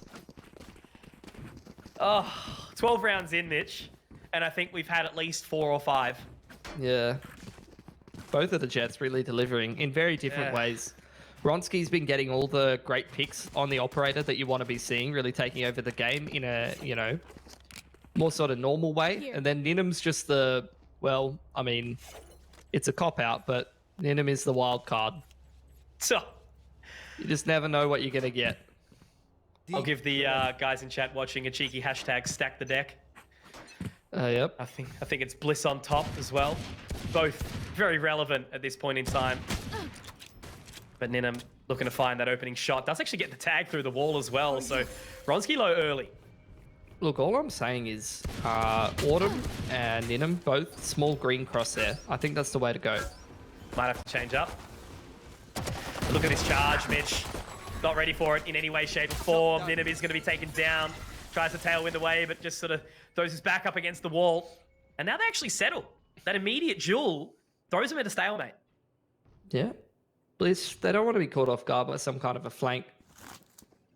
They're just going to bide their time, go silent across the map, and this is something that is going to prompt Wildcard to rotate. The longer that they hold on, the longer Wildcard is without information and has to make a bit of a play, not to mention the fact that, I don't know if it's intentional, but they actually have waited out Swirl's overheal. Man was sitting on 150 HP, but now that's gone back down to 100. Lonsky again trying to punish any aggressive peaks, and after all that waiting, they haven't really pulled any extra rotation off, mainly because there's been no real noise over towards that big side of the map. They're up close though now. 20 seconds. Really needing to explode at this point in time. Oh, okay. A little bit of a reversal of the wall. The other side of the map. They're going to try and break it nice and early. Easy is there to support, but so Swirl to find the frag, dropping the spike planter. And now they very much need to lock this down right now. Bliss need to be full force ahead, but it's going to be infrequent. Running it straight back in. Ronsky over towards the other side. Jungle might be able to spot one on top, but they're making it awkward. He does manage to drop one in the process. Off the spike refusal now. Jungle's picked up another. but it's going to be Noz getting 2 of his own, and he should be able to find the spike. There it is. It was already half-ticked anyway. So nice and easy. Wild card, pulling it forward. 7th round secured. I mean, it was a cute wall, but like, how do you play the post plant from there?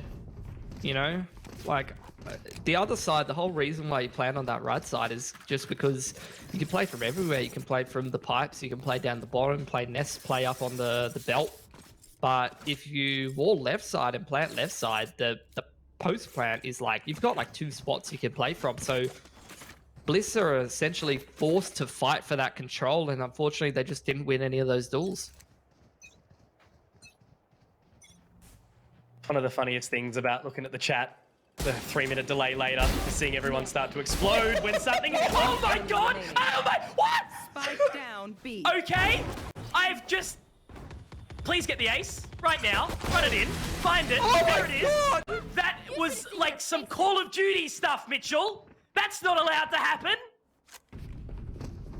Oh my god. The second in the chat his 1v3 comes out, that happens. That's unreal. I can't take it. I can't take this game right now. I haven't seen anything like this in a long time. Oh. All right, Reddit. Is that what we start saying now? Maybe? He can make a frag movie that goes for like 3 minutes out of this one map. Oh, literal Call of Duty sniper montage is what I was just seeing that round. Almost back-to-back all-pros, bro. That's insane. Ronski, though, will find him. So at least a little bit of solace in this round, as he could find more, but no, he runs out of bullets. Well, so lucky to be alive. I think, yeah, you've summed it up perfectly. This game's just chaos. Yeah, well, he's gone out to 2. He gets healed up, then he'll get a kill, then he's going to heal again. And all of a sudden, that like 148 in 4 is a real sad feel. Drone through. That's spot 2 at the back of the site. So that's actually excellent from Easy. He's confirmed that there is still 2 to 3 players over towards A, and his teammates were already starting to probe to mid. So it's a very, very easy call to just start splitting B. He's still keeping tabs on this part of the map, but his eyes on the mini-map, unfortunately, and that's going to give the man advantage away. Back to the 4-on-4 now.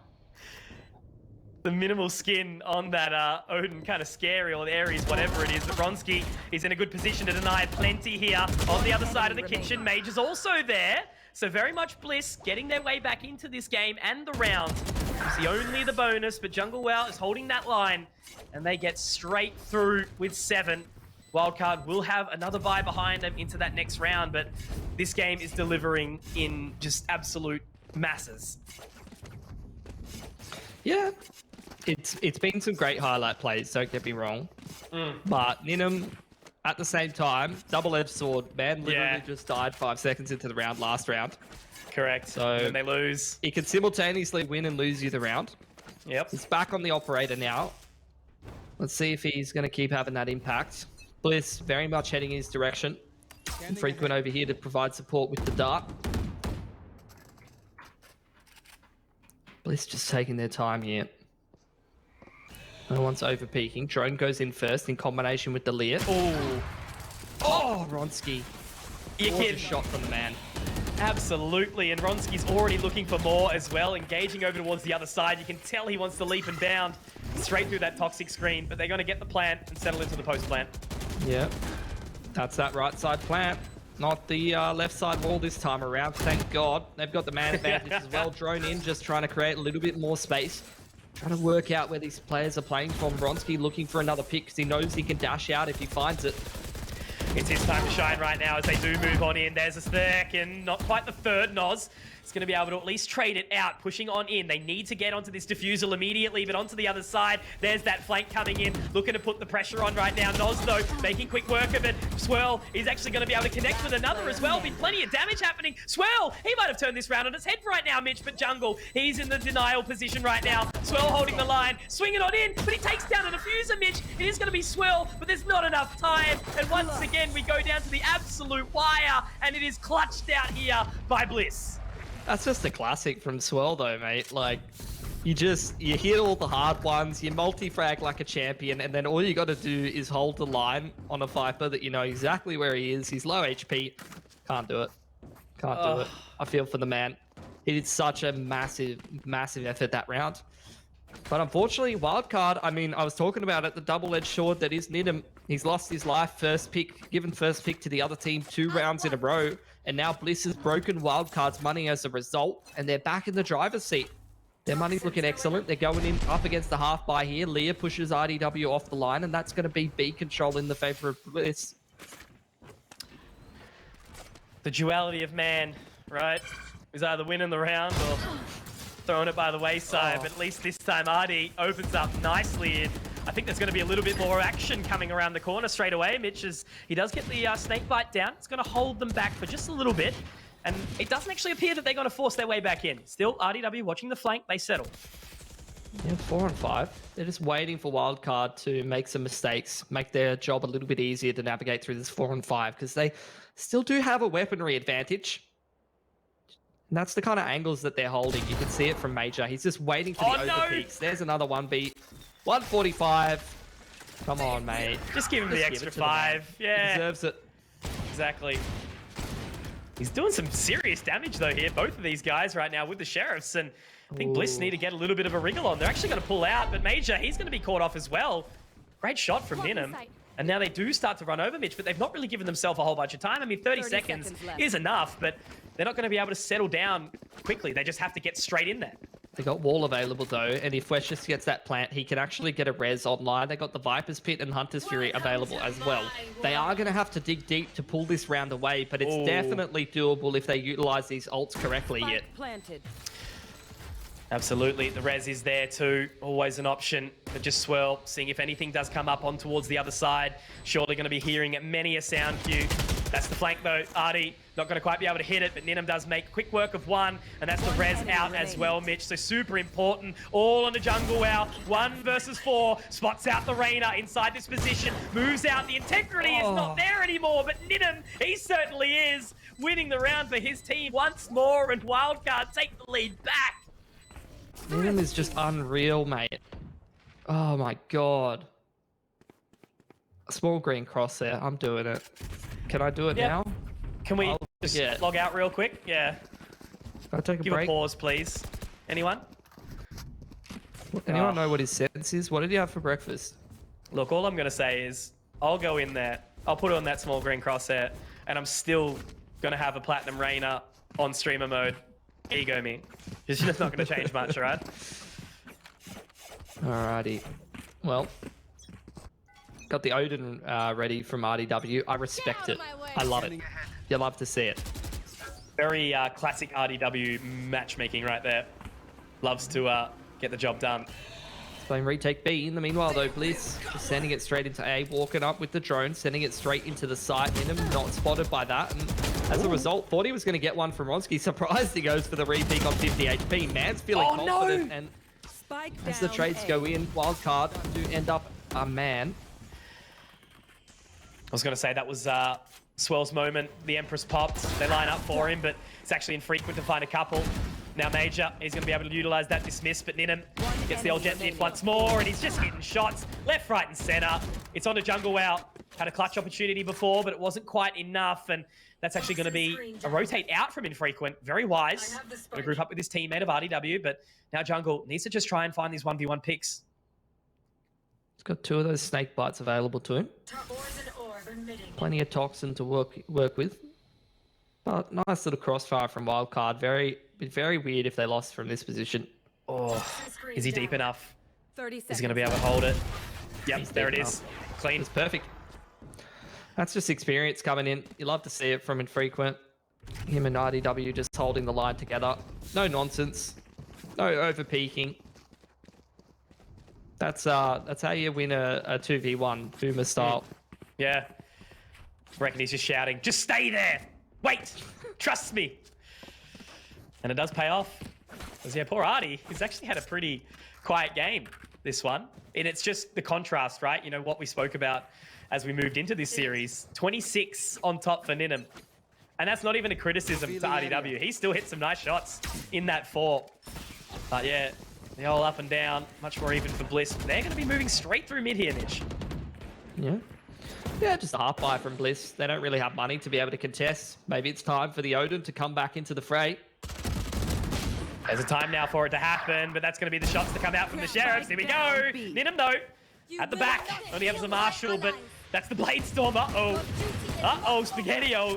That's a little bit worrisome. But he does actually... Nope, never mind. He's going to reset them on the last shot. And then moving back up into the kitchen, he gets another. This guy, honestly, even just hit it no scope. Go for it now, Jungle. He's going to be able to find it. Maybe the opportunity given back, but 5 points of HP. 1 versus 3. Ninum, again, looking for more and more highlights every single round. He's just had so many moments if he doesn't die first.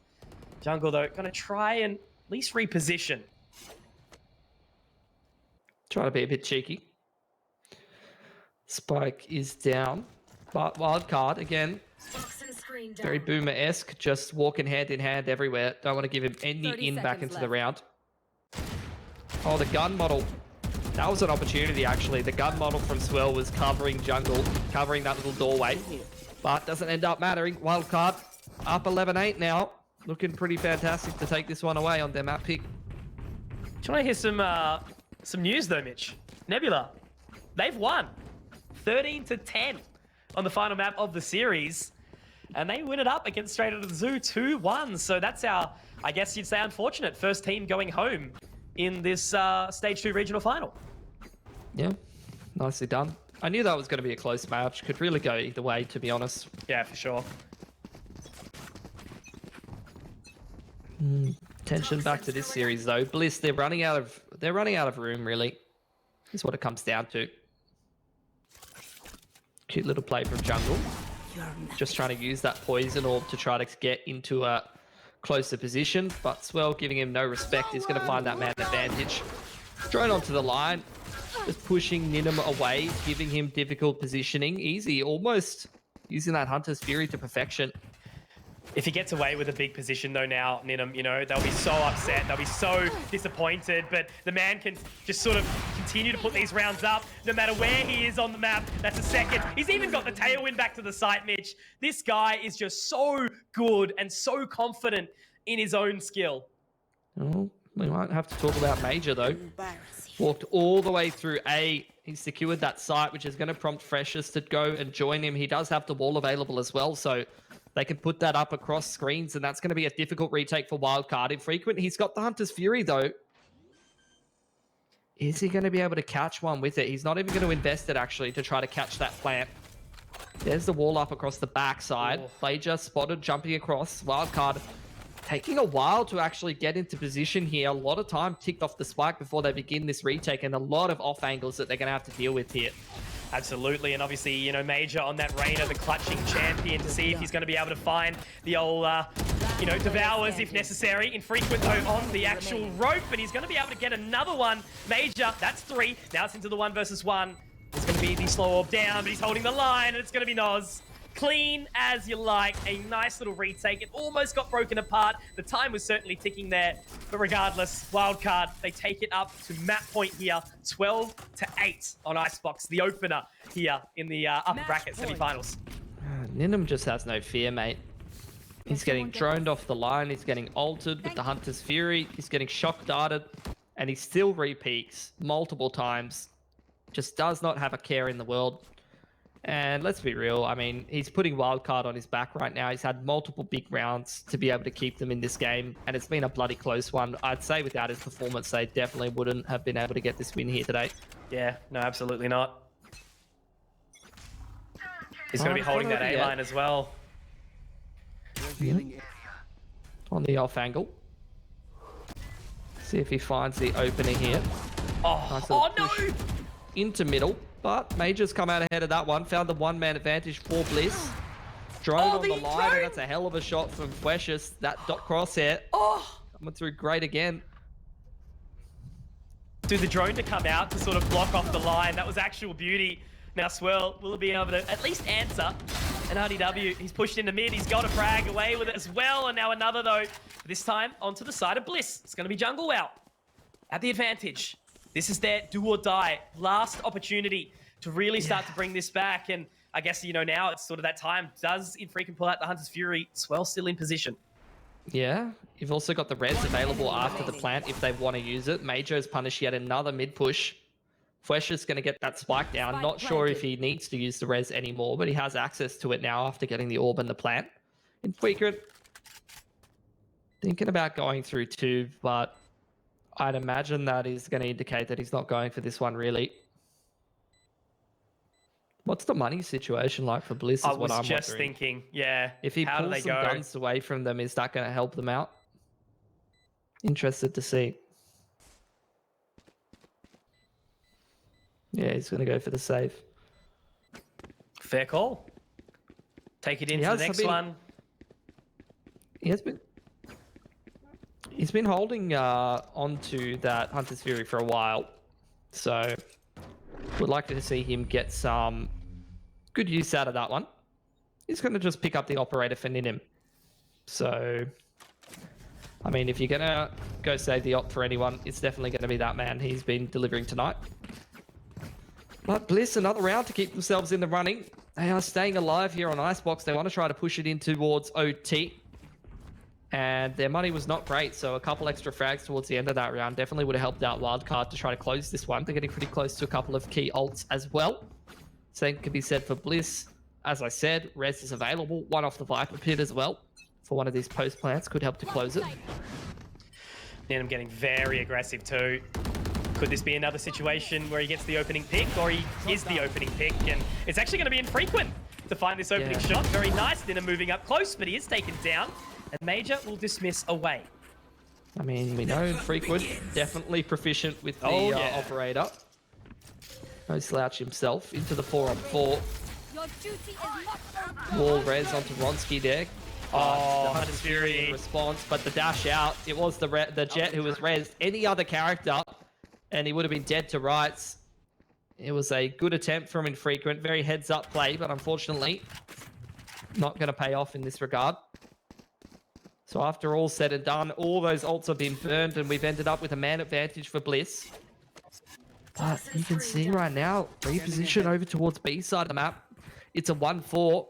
Ronsky is still over towards A, can go for a late flank if necessary, try to find some information. Keen to see when he comes into the fray, but the rest of Wildcard already in position here. And Infrequent with that operator Mitch. They're almost even going to line up for him too. There's the opener from the back at Snowman and looking to pick up more, but they've already started to run the clock down, and that's a good call. They're rotating now, but I know that Wildcard will sniff this one out very quickly. No, look at Ronsky though. He's in up top of pipes right now. Got full control over towards A. Bliss just trying not to get picked on the cross. Swirl, what a bloody shot, mate. He's even going to dismiss around and does spot Major in middle. The spike can potentially go down. Hold on. Oh, he's slow. Has not found the timing here. Cloudburst might just get him out. That's okay. That barrier orb, or the slow orb, sorry, was such perfectly timed to keep him at bay for a little while, but it's going to be an all-out brawl here, Mitch. A side to be recontested.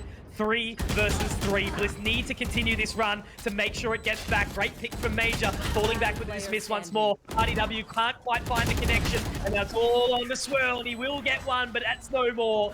Bliss still in it to win it.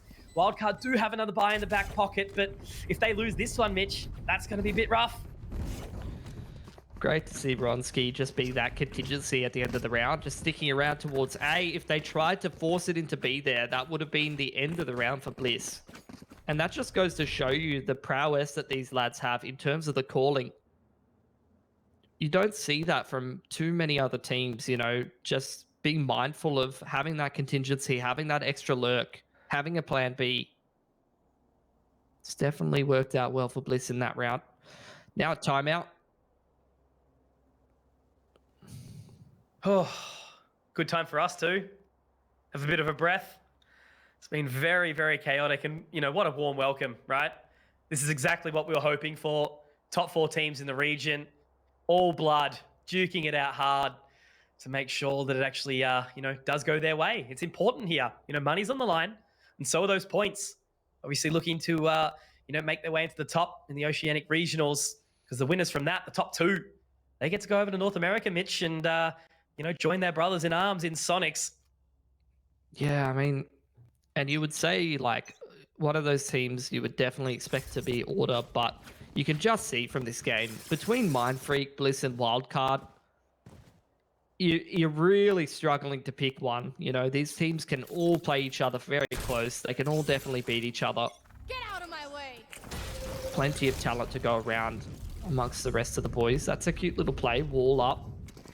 To have the double push up across belt. In the meanwhile, though, Bliss just picking up the pace, pushing straight through mid to beat. And the teams have traded places effectively. RDW's B long, rest of the boys going towards A, and now we're going to have a bit of a flip in the roles between these two teams as the spike goes down on B. Holding that line, Ninum up on top. Know how sharp he's been with that Sheriff tonight, but unfortunately, not going to be able to quite connect here. Major, very much poised to go big in this position. He's also got the support, but that swirl, great opening shot. This is another young Sharpie that we've seen many a big thing from. That's going to be the Viper's Pit utilized as well in towards this position, making it awkward. But Noz has actually picked up one, and Jungle Bow, that's how we see the pit going down, and now infrequent, all in his position. But how does the game end that way? All of a sudden, it's turned on its head, and I think that's going to be the defuse coming through. It absolutely will. 13-10, and Wildcard are your victors on map number 1 over Bliss. Not what I was expecting out of that round. Thought that Bliss was going to be able to contest, but end of the day, sometimes you get those messy rounds, the half buys, where both teams sort of swap positioning. You're not really expecting the whole team to be sort of coming in on the flank there. Sometimes hard to deal with. End of the day, though, I would say that was a Nidham game. That was Nidham being the story protagonist, literally had all the plot armor, just dropping 30 frags on the jet. And Bliss, although across the whole team, they put in a great performance and they looked excellent on that game. Wildcard's going to edge their map pick, but I would not be surprised if that's not the end of the series. Look, we got 2 more maps to get to. I would be very surprised if this is a 2-0. It's bloody close between both of these lads. Absolutely, for sure. And as you mentioned, you know, the anime character, the storyline, the one person that they can't just take down. And it was either, you know, at the start of the round, he got taken down and they managed to sort of bring it back. But, you know, it was just so hard to find an answer for Ninum in that game. And a massive credit to him. Make that highlight video, my friend. It was awesome to witness. But we will take a quick break because we do have another map down the line. That's, of course, going to be Bind. Guys, don't go anywhere. Thank you all for joining us. We'll see you back very soon.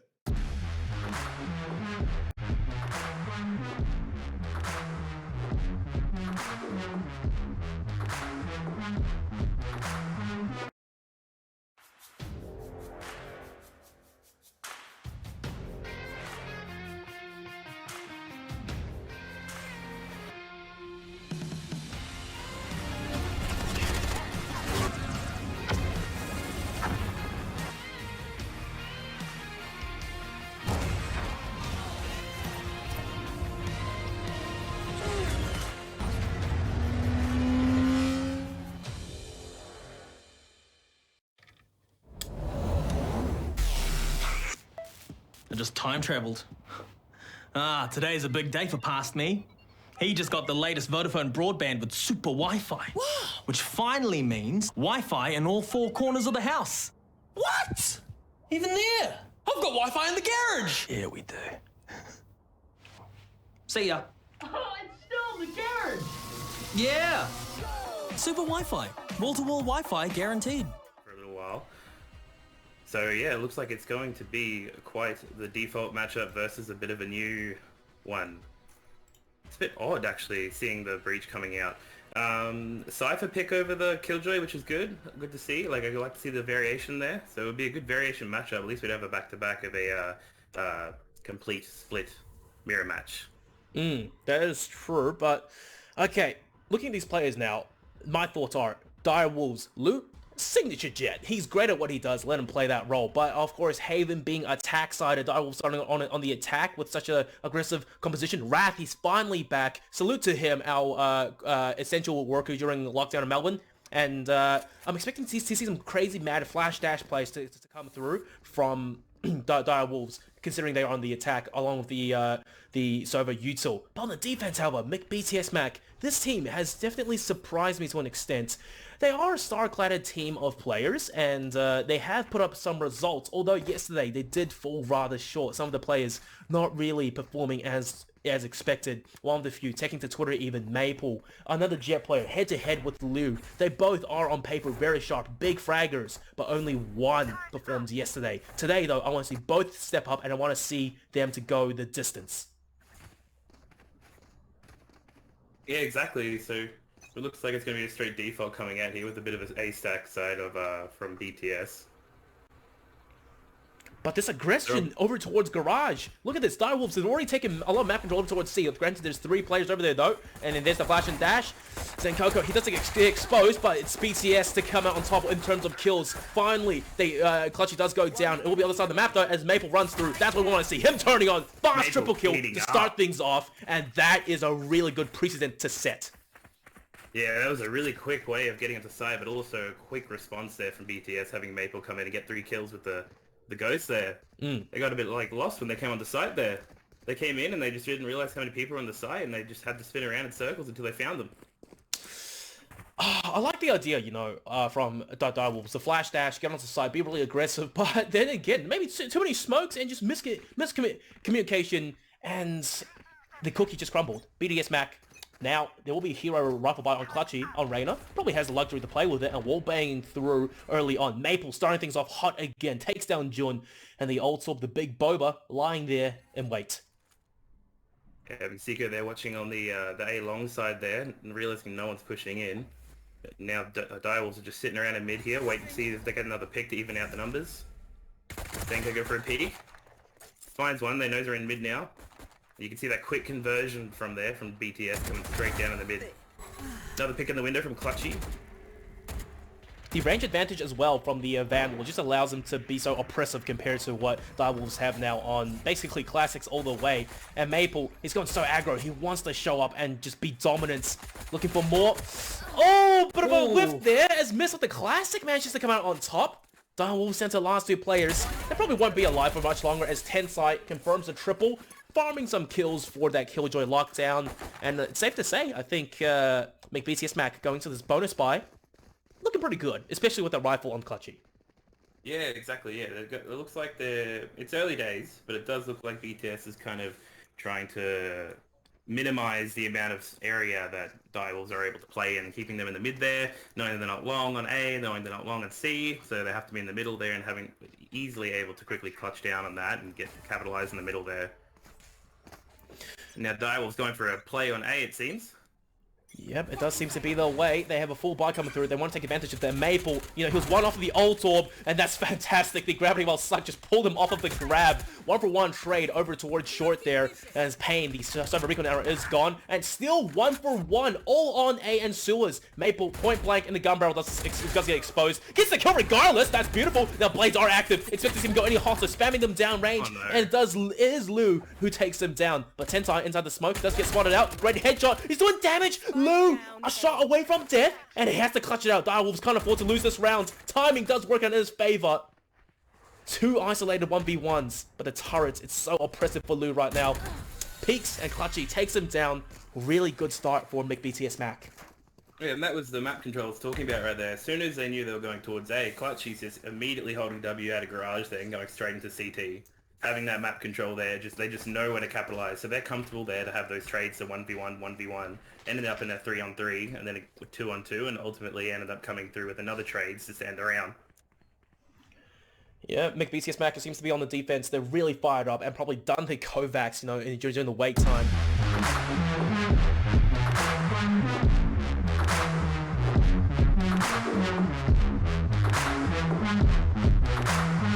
Ladies and gentlemen, welcome back. We have just witnessed some absolute electricity on Icebox, which is kind of ironic, right? The cold map is the one that really heats up. My name's Conky. Alongside me is Pilski, and you guys have just been watching in the break a cheeky little LPL_play broadcast brought to you by, of course, Digital and Wildfire. They are actually bringing through that lower bracket time right now. So earlier we did see Straight Out of the Zoo get eliminated. Now we're watching Direwolves versus BTS. So that one should be exciting as well. But of course, the main channel, we have the big upper bracket stuff, and going into map number 2 of Bayern, Mitch, oh my word, I needed that 6 minutes to just sort of calm down. Yeah, that lower bracket game should be reasonably good. A lot of quality players in the server. That's an interesting thing. We've got a lot of talent here in O, sort of spread out along amongst a whole bunch of teams. And Direwolves and BTS, although they have been knocked into the lower bracket relatively early on, both teams full of quality players. So it's going to be sad to see one of those guys fall by the wayside nice and early on. But somebody's got to. And over here in the upper bracket, we have a series that we've seen, a matchup that we've seen a number of times. This is usually the ones that we see almost every semi-final of a lot of these competitions. These two teams obviously being strong enough to get to this point in the tournament pretty consistently, make their way into the upper bracket. And, the last couple of times between these two squads, Bind has gone the way of Bliss every single time, I think. It's not always in the series, but I'm not surprised to see Bliss pick up Bind. And, the other times they've been winning it, 13-7, 13-8. I'm keen to see if Wildcard has something a little different in store this time around. Well, let's find out, right? Let's dive straight in to map number 2 here. Bind, it's got the teleporters. It's been in the meta from the very, very start. The release 1 year ago, we have now had Valorant. And of course, it always brings some explosive stuff, very challenging attacking side. But when a team gets the momentum behind them, they can really feel hot and ready to get into it. And look, an important time, right? After just going down on Icebox, Bliss need to keep up this repeat of picking up Bind. Yeah. Interested to see if there's any lineup changes from both of these teams from the last time that they played Bind. The only real difference between their lineups, they're both pretty similar, but last time around, Ronski favored the Reyna over the Jet, and Ninem preferred the Jet. Actually, there is a change for Wildcard. Yep. They have brought the Sky in. Cool. Yeah, so that'll be an interesting change. We'll see if that's what that's what will find them a little bit more success this time around. They're going to be playing Sky Sova, which is something that's pretty strong on this map. I remember watching a game of Fnatic playing on Bind, and they do this really interesting style where they kind of double drone through parts of the map. They use the dog and the Sova drone simultaneously.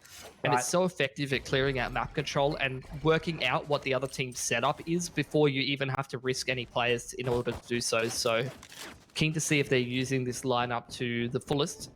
Mm-hmm. And they did need to make a lineup change because they've fallen to Bliss on this map a couple of times. So we'll see if this is the time where they can change that around. And the coolest thing, I guess, is it is two very different agent lineups, right? Sort of different strategies behind it. Double duelists on the side of Bliss, but early damage already expended. And, by sort of setting the ring around the rosy, Ninem is inside mid, and I think he's made a lot of sound. But all this control established on the opposing side of Bliss, if they can get past Ninem, they should have a freebie side. Yeah. This duel towards mid going to be very key, though, and Ninem is going to win that already. Off to some of his antics. In the meanwhile, there was a pick on the other side of the map. Wildcard now up a player, but with Bliss with full elbow control here, this is going to be a hard retake for Wildcard. And he can't even get the right peak. He's got to be frustrated there. He was patient, but maybe overstepped his welcome a little bit much, and Infrequent's getting work done. Oh, perfect by Wildcard. They had the read. They rotated in together. And it was nice and clean there. I'm still feeling it for Ronski a little bit, all that position and no contest to get taken down like that. But hey, look, that's what happens if you peak a little too early sometimes. Yeah, so, sorry, just to continue this, matchup in terms of the agent lineups. We saw RDW, he's off of the Cypher and onto the Viper. So it's basically like they've thrown the old meta in the bin and they're playing this new meta that we see a lot in Europe with the Viper and the Sky in combination with the Sova, just a single duelist. So I love to see this style. It's probably my favorite style in Valorant at the moment because it gives you a lot of consistency and a lot of good utility to use. But in the meanwhile, though, good damage with these Sheriffs. Already found themselves an advantage. A lot of pressure on Infrequent, but that's a great shock dart to keep himself alive. Great utility usage from the Astra as well, trying to sort of force him into that gravity well. Plenty of damage dealt by Infrequent. He is taken very, very low now, and hopefully they don't overstep their welcome because RDW is actually there. And the spike, Mitch, look how far away it is. Where do they even go off the back of They this? still don't have hookah control either. Nos is already in premium position to shut this round down, and he's even just going to grab a little bit extra. Lovely to see. He's even avoided that flank through hookah. Oh, no! So that was an awkward situation that Wildcard were put in. You saw that round had potential to crumble apart, but they managed to wrangle it back under their control and avoid getting ecoed. So now they've got a pretty solid bonus for themselves. Good position. Investment from Ninem, though. All the way down to the bottom. Picking up that Vandal, Mr. Impact. But look, an opportunity Obviously, as always, in that third round, maybe Bliss can take a stranglehold. Yeah. Gun round versus the bonus. There's the dart in towards bathrooms from Easy. Just wants to pop that one up in the ceiling. Meanwhile, though, the bird through will confirm that there is players towards the backside of bathrooms. So Blinded. Wildcard... What's that? Blinded. Blinded. Pain. Yeah. The worst accent ever. Oh. So annoying. 1-4 stack. Noz being left out on an island in towards Hookah, all on his lonesome. The rest of Wildcard all stacking A. This is what I don't mind at all. When you're on a bonus, take a risk. Don't just try to play some kind of straight up round. You know, you're playing from a weaponry disadvantage. So I absolutely love what I'm seeing from Wildcard right now. I love the lineup. I love their decision making on the bonus. They've got Ninum, so basically my new favorite team. Might have to marry him if you love him so much. Don't tell Tash. Maybe not. Maybe not. Noz has killed it. Ninum trying to kill it. We'll have to dash back though. You're gonna reset up. Looking to head up short, but 4 members hungry and ready. Still got Major with pressure over towards B though. Ninum getting punished. He knows he needs to dig deep and actually get Wildcard out of this terrible situation they've ended up in after losing that pick towards Hookah. And Bliss, after getting a couple of picks towards A, know that they'll have pulled some rotates. They've got that pick over towards B. They're just going to call the audible and rotate back out. Easy just keeping tabs on what's happening over towards A. And Spike's going down. Good little mid-round call from Bliss. Once again, you absolutely love to see it. Just playing by the book in a round like this.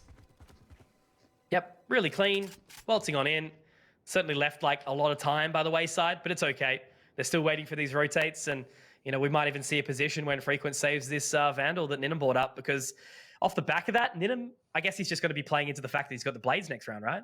No, he doesn't have them. I don't think he has enough. He needed some kills in that round to get close enough. He needed at least 1 kill to... and then in the next round, he would have been able to try to pick up an orb and have the Blades, but because he hasn't managed to find a kill in that round, I don't think he's going to have access to the knives next round, unfortunately. Yeah, rough. We'll have to go for the judge or something along those lines. The old U-Haul classic, right? Mm-hmm. The spook. Catch him off guard. It's a great round for Bliss, though. No complaints. There you go. I can do math. 4 out of 6.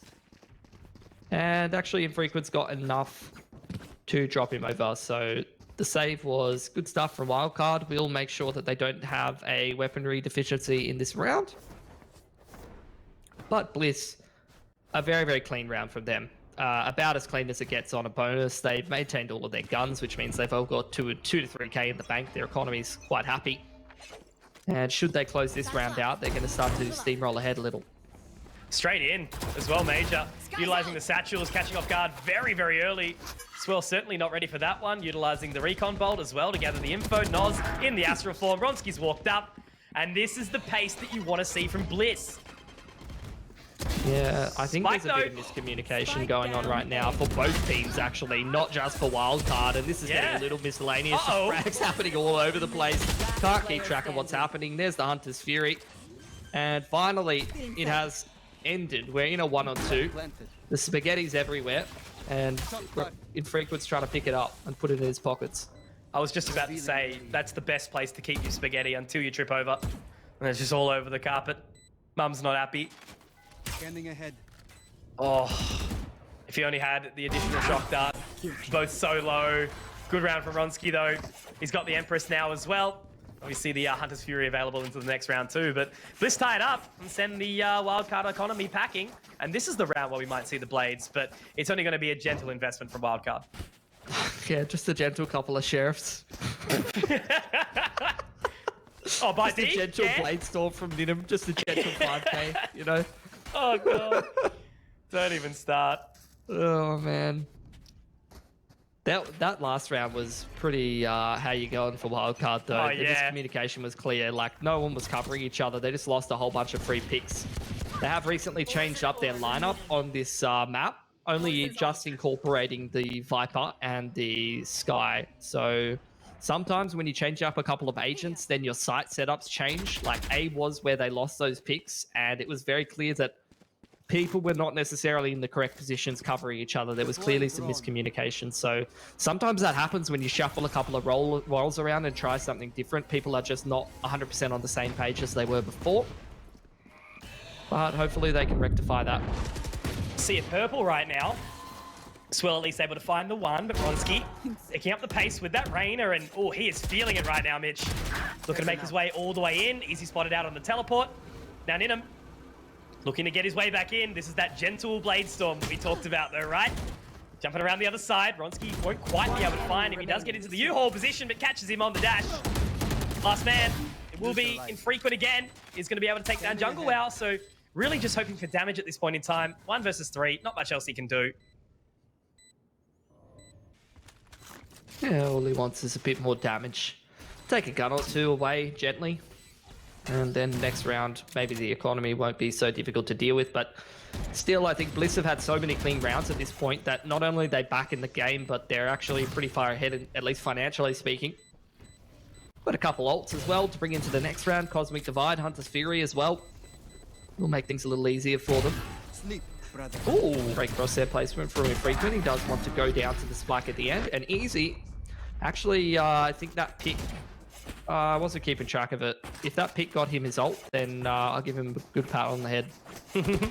But I wasn't watching. Maybe someone in the chat knows. Almost all of Bliss actually have access to their ults. Major does one off, can get a showstopper. Same can be said for Wildcard, a few points off for each. So this will be an interesting round. Keen to see if Bliss just embrace a pocket strat in this round. Maybe a Cosmic Divide across the B site and a Hunter's Fury through that elbow position. Could be pretty strong. Very aggressive towards B2. Like, immediately stacked up. Info off the Recon Bolt. Major's already there to pick up the pace. Oh, he actually doesn't get scanned on that line, so they're not going to be ready for the pace that he set straight up long here. And you've got players on top of the site. Again, not quite covering each other. The timing was there, actually. RDW definitely didn't have Infrequent covered there. But they won't realize it. Instead, it's just going to be the site hit now. Straight in. Bronski on the top of the site. Will be pulled in by the gravity well, but he's actually going to pick up Swell in the process. Ninaming at least going to be able to find that one. Forcing into the face. Ronski keeps getting the frags. The Empress is now available as well, Mitch. It's going to be a little awkward. Ninam to try and find it. He will drop Ronski mid-air, though. Nicely done. And they actually have gone for this teleport. The Cosmic Divide's going to go down on the side of Bliss just to try and sort of keep them at bay for a little while longer. There's the showstopper for Major, though. See if that makes a difference. Cosmic Divide helping them get that plant down. Noz hasn't heard a single thing. Doesn't know where these players are positioned. Nidham actually going to clear short. So they're going to be pretty aware that either someone's in U-Haul or the majority of them should be towards Shower. So Wildcard with a pretty good read for this retake. Ninham, the wow factor, unfortunately denied. Major's going to be able to take that one.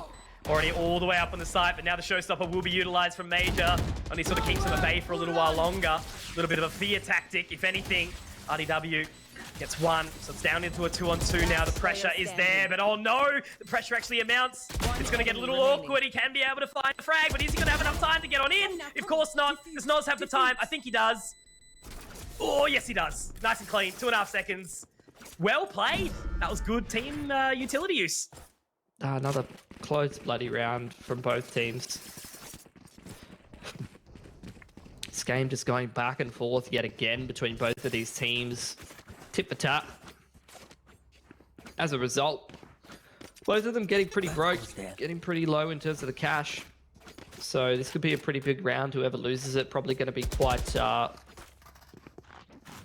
behind in terms of the scoreline after taking a few ecos. But then again, the sheriffs for both of these teams make me second guess myself. There's the dart ready for the bathrooms yet again from Easy. And the Viper's Pit in short A is going to make it quite hard for Bliss to contest that part of the map. Doesn't seem like they're worried about it though. You can see the rotations coming in. They want to go straight towards A and try to take some bathrooms control perhaps. But there is a lot of players here for Wildcard and they do have that Viper's Pit as well. This is not going to be an easy setup to break for Bliss. Camera going to freak him out a little bit, but good use of the gravity well. He's actually punished as a response, but that's that flicky aim from Swell that we're so used to seeing. Man is very, very sharp. It's obviously, you know, Cool to see him on the sky as well, because that agent can have so much impact, but they're going to settle for a little bit. RDW inside the Viper's pit, looking to clear around, but they do sort of seem like they're keen to head towards this B site, but look where Ninum is, Mitch. Off angle and a half right now. Actually could end up biting him in the butt if he's not watching the right angle at the right time, but that's an easy kill onto, well, easy.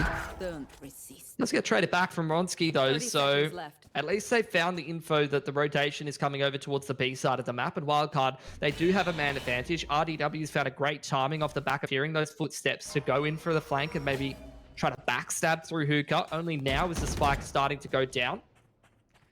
Oh, how did that not scan? As well. At least able to find this plant. RD though has that flank you spoke about, and unfortunately not able to get the spike down either. Very clean round from Wildcard there. Yeah, it's excellent. And I said it, tit for tat. 2 rounds to Wildcard, 3 back for Bliss, 2 for Wildcard to break their money. Doesn't get closer than this. This is an opportunity now for Wildcard to try to steam ahead. They need to have a clean round here, but look at the investment coming in from Bliss.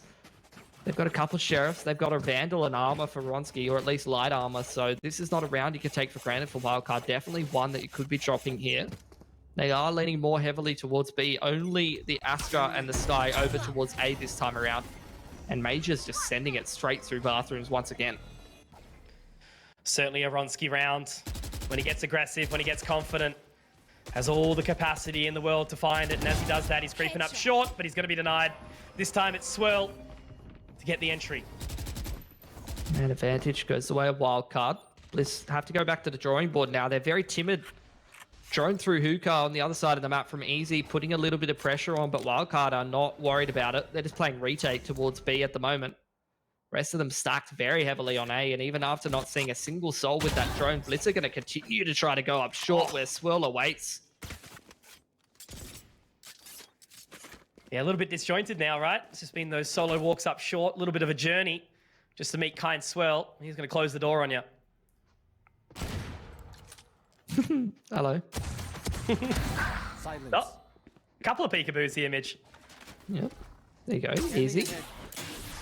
He's finally found the strength to go and try to push towards B. 30 seconds left. Not really going to matter too much though. RDW, a little bit quiet last map. He hopped in Ninim's backpack and took the win on Icebox, and now he's, you know, he hasn't had to do as much walking as the rest of the lads. So he's got a little bit more energy, and he's showing that. Getting a couple of nice little frags for Wildcard this game. Yeah, been much more impactful. It's one of those players that can be very hot and cold, but, you know, I've always known him for his big moments. And Jungle can make quick work of him, but will be infrequent to at least collect the bag here. 5 rounds for Wildcard, 2 in the lead now, and I guess sort of a common position. But look, we need to see Bliss at least sort of pick up the pace a little bit, because, you know, in this map, when it is sort of on that attacking side, if they get some good rounds, might be able to sort of throw Wildcard a little bit. Yeah, at least looking back at the last couple of games, Bliss, their rounds have been a little bit more towards the defense side, but they're pretty balanced. They're not too bad at either side. Same can be said for Wildcard for the most part. There's not much between these two teams. Bliss just always seems to win this map the majority of the time. But like I said, this is a different find that we're going to be watching from the last time that these teams played, because the lineup's completely different from Wildcard. And I mean, so far so good. And of course, I've cast a curse. The Major again has just sent it up ahead of the boys and has found the opening pick. So much damage dealt, but that's going to be the neural theft coming out. They should immediately gather the information onto RDW, and look at Ronski. He's already looking to pick up the pace and jump on into the other side. How long's that Nebula going to last, though? They've actually spotted him out now, Mitch. This is awkward for Ronski. Ronski, mate, you've done it again. A little bit of an overextension, and now that spike is going to go down, of course, in the position. Heading through the teleporter, though, will be Ninum. That's a great use of the Cosmic Divide here. It's really going to flush these members back, but Ninum, he somehow found the shot. 10 points of HP, narrowly misses, but he's keeping them at bay. Easy to leap through. Looking to find a couple more. Fleshes will be able to strike, and now it's the 2-on-2 Mitch looking to settle down, but they've looked to tap onto the spike defusal as well. Noz trying to reel them in, seeing if they can find anything, but Easy again, all on an Ninum, and he might just want to try and save this operator. Nicely done from Bliss. Again, Major just absolutely fearless on the raise, man. Just double satchels straight up into any position, and every single time. Even when it hasn't worked and he hasn't found that opening pick, you've seen the timing windows are there. I remember when he was going up long B and Infrequent was up on top of the site looking into hookah. That could have been a frag. He's very consistently able to, you know, he's 5 and 8, but he's consistently forcing his way up into uncomfortable position for wildcard, catching them off guard, making them very uncomfortable. And that's a good impact to have, you know. That's what you want your duelists doing, just creating space, making impact. Same can be said for Wonsky. You see him, you know, it's a bit mixed success for the man, but you see him consistently just walking up in front of the boys, just trying to find those openers. He's been spotted this time. Utility used to throw him off as usual. Ronski's going to try and follow that Owl drone up as well. But look at RD. He's already found his way all the way down mid, and in him to find another opener. Ronski, he's been punished time and time again, but at least Easy can sort of equalize a little bit here.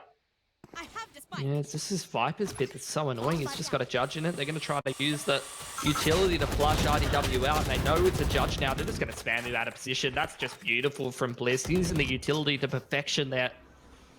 That's the B site cracked open. Not that they know that. Either way, Flesh is spotted up trying to advance. Blitz, they have that Cosmic Divide available. They can drop that across the back of the site if they want to. Alrighty, back and forth. Bliss in a position, but Infrequent. The solo man on towards this B site. Easy has to try and pick up 2, isolating these picks. He might be able to dive, but it's Infrequent. Patience, poised, perfection. The triple P to find a 6th. That's just beautiful positional play from the man. He just wins around for wildcard. Yeah, absolutely love to see it. I mean, I don't know. I feel like that should have been a Bliss round, but they just tried to force the issue way too much after picking up RDW. There was not really any need to try to force it into B, and if they were going to, I'm surprised that they didn't just pop the Cosmic Divide and just limit the risk across the back of the site. Unfortunate.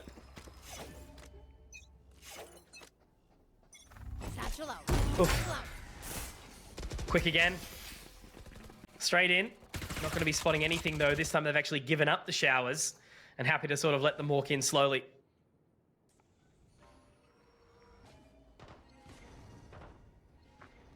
Taking their time.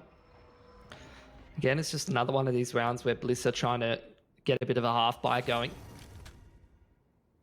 Close crossfire between Wildcard, all kind of playing centralized. There's the Cosmic Divide ready from Jungle Wow. See if they're able to find success. Wildcard all playing in front of that wall. RDW has really woken up in this series now. It's so nice to see him finding pick after pick, and that have got to try and at least sort of get their way out of the showers here, but they're going one by one again, Mitch, and that's just going to be easy lineups for Noz. The Astra locking it down nice and easily as well. Will make an entry in as well into the round. Wildcard really starting to extend their lead now and putting all the pressure on to Bliss. You know, this would be, again, what, the first time that potentially Wildcard could actually look to beat Bliss on this map. Yeah. And I think you can credit Wildcard for their adaptation in terms of the lineup.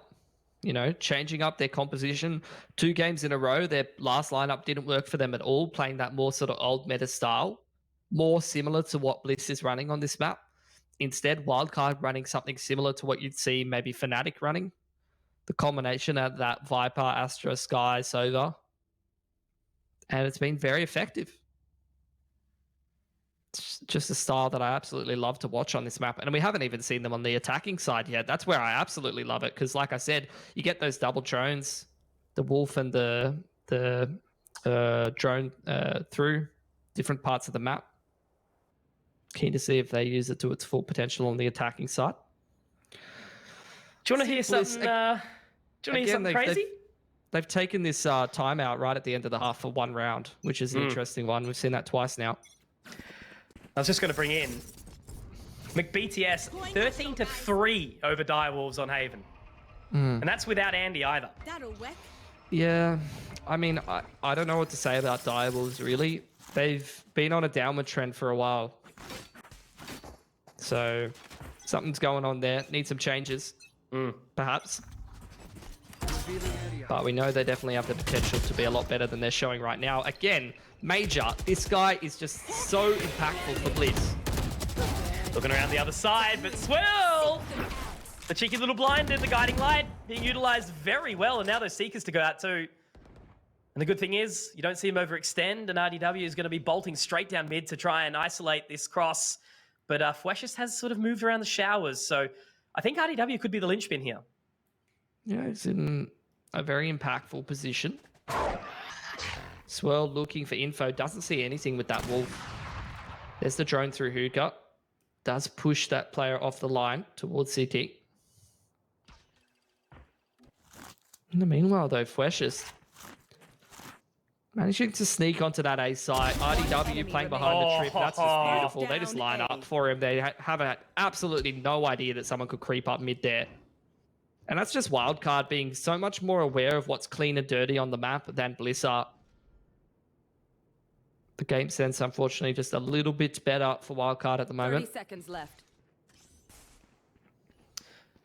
Yeah, it's a tough one. Like, I think, you know, it's the perfect sign, as you mentioned. Changing up the lineup, finding new things, really just sort of reapproaching, but not going to count Fweshus out here. The rotate will be there. He's got not a whole lot of time to sort of make it all the way up. He'll at least be able to get to the site, but that recon bolt, it's going to make it awkward. He's going to have to get off, going to have to try and find it. Does collect another, but that's just going to be a straight dart in. Oh, Swell, good boy. He's giving it a good crack, isn't he? Again, that dot crosshair. It's not something you want to mess with. They both just dink each other for good measure. And there you go, Swell having a bloody great game for himself. IDW infrequent, 9-6, but I feel like there was multiple rounds where he was just winning it for Wildcard. And Ninham, I mean, he used all his energy up on the first map, and now the rest of the boys are going to carry him. You'll love to see it. Yeah. At least shows that, you know, there is that versatility. It's not always the one big member, and, you know, I guess on a map like Bind, it's not always going to be the big jet plays. It certainly is a map that we can see it, but, you know, it does sort of open up the extra space, and yes, loving Swirl on this guy. Yeah, Jet's been falling out of favor on this map more and more. So, not surprised to see Bliss not running it in their lineup. My eyes are down. Dart off the line, utility exchange back and forth, just trying to fight for map control, fight for bathrooms here for Bliss.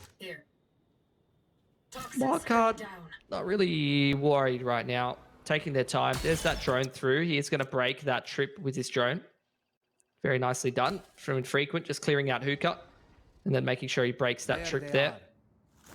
And now the reposition starts from Wildcard, starting to migrate back towards this B side of the map. It's just easy here with the Cypher. And they're going to play retake on that site. He hasn't got a dart for 14 seconds. So they might have to wait for that to come back on online before they complete this retake. Oh, Major. Major's great.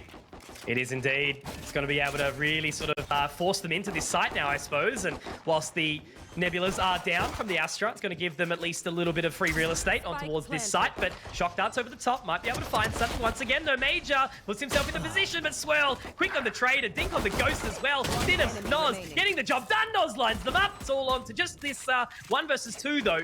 Jungle Wow, oh, they're inside the site. He's going to tap onto it. That's going to have to pull them out. They have to look. Certainly, they have to look indeed. And now Infrequent, going to go for the contest, but it's not going to be enough. Jungle Wow can't quite find the clutch, and Infrequent on top again. The pistol is going to put Bliss under the pump right now. It's going to be very hard to recover from this position. This is a map that Bliss has won every time, but they just seem to be having a much tougher time with this different style that Wildcard's presenting them with. This is, in theory, their strongest side on this map. So we'll see if they can start to turn things around, but Wildcard, it looks like their day here.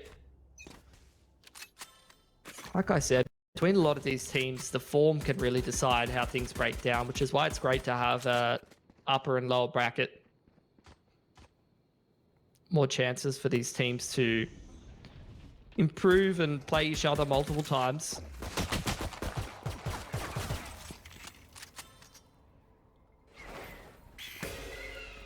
There's the old blind. It is good enough. Thought it was actually going to catch off Ninham there, but I guess a decent opening here for Jungle. It's just a bathrooms contest at the moment. Wildcard trying to pin them in. They're doing a great job of just isolating these players in towards bathrooms and eliminating them one at a time. Viper Wall doing a good job just keeping people at bay. Easy. You had your shot, mate. You had your chance. Yeah, 4 players surviving would definitely not be too bad for Wildcard. They'd be grinning about that one. Up 10-4. Just sort of creeping on in, seeing if he can take anything down, but will fall by the wayside. You know, just sort of one of those rounds that you just kind of got to ride off. Full focus into the next. See if you can push back against this cheeky little bonus. But obviously Ninum again with the Vandal. Pretty much onto the 10k mark, or the 2k mark rather as well. So it's enough. Yeah, I remember watching Fnatic with a similar comp to this. When they do their bonus, they go really fast and aggressive. They send it, a whole bunch of util, straight into a site pretty quickly.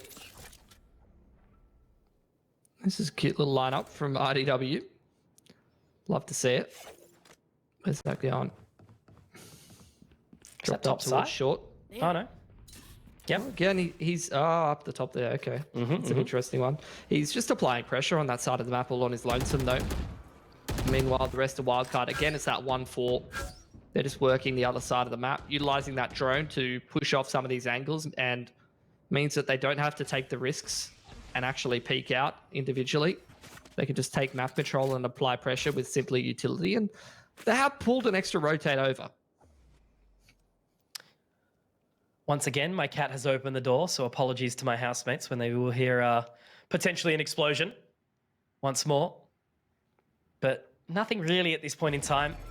Just sort of seeing if anything will push. No aggression out from Wildcard at this point in time. I've got your trail. They're just rerouting back towards A. Seekers coming out, invested in this round from Wildcard.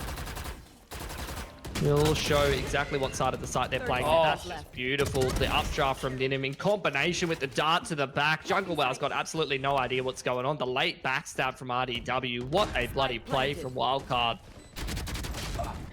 Super clean. Responsibility of the teammates. The overgrowth going to give RDW a little bit more health. And Ronski is there, sure to find one, but that was just domination and decimation from Wildcard. 7 rounds ahead now, Mitch. You know, they've got all the momentum behind them. A reset economy. What does Bliss even do here? That was just clinical, mate. The Seekers showed exactly what part of the site that Bliss were playing in. Wildcard was just very comfortable that no one's in U-Haul. All of the Seekers going towards the right side. Gave them freedom to just peek out that side. RDW late flank through bathrooms. The dart was beautiful. You're absolutely beaming if you're Wildcard. And it's looking like they're about to win this one very one-sidedly. Half bar coming out from Bliss here. Scout destroyed. Again, it's just this dog through or drone through to mitigate risk. There's the dog first, now the drone through. Just to be able to find where these players are at and isolate the angles, mitigate the risk. And Wildcard, after seeing a couple of players over there with the dog, with the drone, are just going to say, well, that's a couple players on A. Let's just head in the opposite direction. Bliss had such a good start too. Like, you know, 4 really sort of clean rounds before Wildcard sort of, you know, said the jig is up, let's get back. And it's just been all Wildcard since then.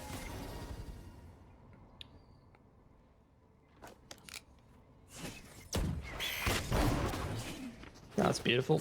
Little break of the trip in combination with the bird out. Swirl and Ninum just working together in tandem to clear out these angles, and now the flank comes through. It is being minded here by Infrequent. Oh, timing. Not quite enough. That's going to be a Vandal upgrade too, so RDW's got a little bit more on his plate now. Looking forward towards 3 members up towards long. The Boombot's going to go for some info, but there's a guiding light available, Mitch. Might be able to come out and keep them at bay, but no major. That's great utilization of the paint shells now. And Noz, Ninum, they're both here. Ninum's looking for more, but it's going to be Major and Ronski to close it out. A good retake. And Bliss, they're not done just yet. That's a much needed round to avoid match point. Not only that, but it was their half buy. They didn't really invest too much in that round, just a handful of sheriffs and such. And they're going to pick up a couple Vandals. They're going to pick up 3 of their ults off the back of that. And Easy's even one off of his. So You know, I don't want to call it for Bliss, but I will say this is their map pick. This is a map they're relatively comfortable on. If they're able to win that round and start to get back into their groove, then Wildcard, they can't be slacking. They need to be full focus to try to close this one out. Let us hunt. Oh, man. Sort of feeling it, but again, you know, it even is in these games, sorry, when it's like, okay, this is really good form from Wildcard. Sure, one of the 3 maps, sure, wanted to be really close, but oh man, this is wild. Yep. Slow bathroom control in from Wildcard. Flash confirms that they are playing in the site. But apart from that bathroom's control, not really a whole lot going on for Wildcard. They've got RDW deep up short. Just holding that control. Ninim's having a poke around long B. Bliss not really going for any fights. They've got a couple of ults. They've managed to get easy his ult. I would assume over towards long B there. Grabbing that orb. So just waiting for Wildcard to make the first move. There's the dog out. Absolutely beautiful. Again, the utility just throwing off these angles. There's the Cosmic Divide. There's the Hunter's Fury as well. Throwing the kitchen sink at them, and they're actually going to hit the rotate straight back towards B now. It's all Fweshest in the back of the site, all alone. How does he go here? So much pressure on him, and he does actually find one. 70 points of HP. It's enough to continue the job forward, but Swirl, he's found a couple. And now it's going to make it really awkward for this retake. That could be taking it to not only map, but series point. Mitch and the dink on the way through. It's all onto just Jungle Wow, and he is all gone. Wildcard. Oh, man. There is just absolutely no answer that Bliss have had for so long. That was such a crisp call. I want to know if that was pre-planned or whether that was a mid-round call, because they threw the kitchen sink at Bliss towards A. They found that first pick. The dog in combination with the peek out of bathrooms from Infrequent was again another one of these situations where we've seen it a couple times from Wildcard. The dart in combination with the updraft was another example of it, where they're just throwing out utility and going out with it to try to throw Bliss off of the scent, I guess. There's the rocket through, doesn't really fight too much. Now, this is one of these rounds that gets a little bit awkward because Major's sent it down mid. You see Wildcard there sitting back in their box right now. There's the heal up on Ninum. Major's going to go for the flank around the other side, but he's only got that Spectre, so can't really take long-range duels here. Oh, right above him. He's ready. We'll be able to get one. Paint Shell's out onto the other side. But yeah, the passive sort of position from Wildcard means they gather a lot of information. In the meanwhile, that short A control, you'd love to see the drone through from Easy. Sorry, not from Easy, from Infrequent, just to be able to keep them in check. Oh, that dart too. Yeah, they're just confirming the position, but Bliss don't have to hold this position down. They're happy to fall back into the A site with that man advantage. Now Jungle Wow being pressured at bathrooms, but he's not going to give it up. Goes 1-for-1. The repeat hit from Ronsky is immaculate. Just doubles up by himself, and that's surely going to be Bliss securing themselves another. RDW 1v4. If he wins this, he'll get a firm handshake, but oh no, Ronsky certainly getting into the cheeky little peek a bit too early. He's got to clear out easy though, onto the other side. Good swing, very good swing. And Bliss cling to dear life. They're bleeding, they're wounded, but they're limping towards the finish line. Yeah, it's one of those really miscellaneous rounds. So like I said, it's you know, Valorant's a year old, but still you get these rounds where something completely crazy happens, like someone just sends it down mid and then no one gets killed by the rocket, and all of a sudden you're thrown into a position that you've like very rarely been in before, like maybe a couple of times. And that's where you really need that strong calling presence to keep all the boys' heads screwed on properly and react accordingly. Unfortunately, that is the chaos that Bliss manages to thrive in that regard. How's that timing? He's going to fall away. Ronsky, though, continuing to hold that line. He sees the gun barrel, goes for a little pre-fire. He's not going to swing just yet. Well, it's worth mentioning as well that Bliss, I mean, they don't have that jet. So there is no get out of jail free card. Yes, you can use the dismiss rather, but it's not effective on all angles. You have to be able to see that orb. So sometimes you will get that pick and you will struggle to dismiss out. Whereas Jet, a little bit more consistent in that regard. Ronsky does actually get scanned there, so not ideal. But Wildcard not going to contest. They're going to start to fall back towards that A side of the map, but they haven't got any map control over there. They don't have bathrooms. Jungle Wow's deep in there. And you do have a two-man crossfire between Major and Easy over towards U-Haul side. No drone here. What's Swell got? Swell doesn't have his dog either. So going to be hard to recontest this map control with utility. They're going to have to do it the old-fashioned way. 30 seconds left. Dog's at the kennel. Swell looking to go pick him up shortly. And that's a cheeky little Ferrari peek as well on the other side. Seekers come out. Wildcard absolutely looking to close the door on this one right now. Noz will bring it down to a 2 versus 5. Ronsi's going to be spotted out by the Seekers. And Mitch, an anticlimactic end to this series potentially. Won't count them out. As always, you know, I love a comeback. I love a clutch story, but there's just so many things that need to occur here. Noz swinging out of the poison. Bronski, last man standing, and the Cosmic Divide just for good measure. Gotta say that's done and dusted here, Mitch, and I think I'll give the chat what they asked for. Where is he? Come here, buddy. Hey, what are you doing? Chat, here is Cat. His name is Cloud, and he has been very annoying for the last few rounds, but I love him. Goodbye. Let's talk about the game, Mitchell. It's been very, very hectic, and I guess just after such a close game on Icebox, I am honestly surprised that we saw Bind go that way. Yeah, I'd say I was very impressed with Wildcard's adaptations. You know, they completely changed their lineup. They've been struggling up against Bliss on Bind in a couple of the previous series. These two teams rather, have played each other a number of times. So that's what you see. You know, whenever you see these teams that time and time again come through the bracket, they come towards that semifinals, or they come and play each other quite regularly, there begins to build that familiarity, and that's where you need to start to see some adaptation come in. Either you're changing up the map pool, or you're changing up your agent composition and trying to get a one-up over your opponent, and that's just gone beautifully for Wildcard that time around. Maybe not so worried about Bind anymore. Absolutely, but in the interim, mate, we've just pulled in big man on campus. We've got Swirl. Ali, how you feeling after that series, mate? That's a good win. Pumped up, ready to go again, but you know, we don't have any more matches tonight. A few more match-making games on stream on the cards shortly afterwards, mate. But look, I guess the thing I wanted to touch on, and you know, that Bind composition, so much change coming out from you guys, but clearly it was the method to actually take out Bliss in this one on Bind. Yeah, the whole comp's Noz's idea. He's a bit mad in the head, so kind of works out. Yeah, that was really good to watch. How are you feeling at the moment? You know, obviously you, Bliss and Mindfreak all sort of kicking around underneath Order there.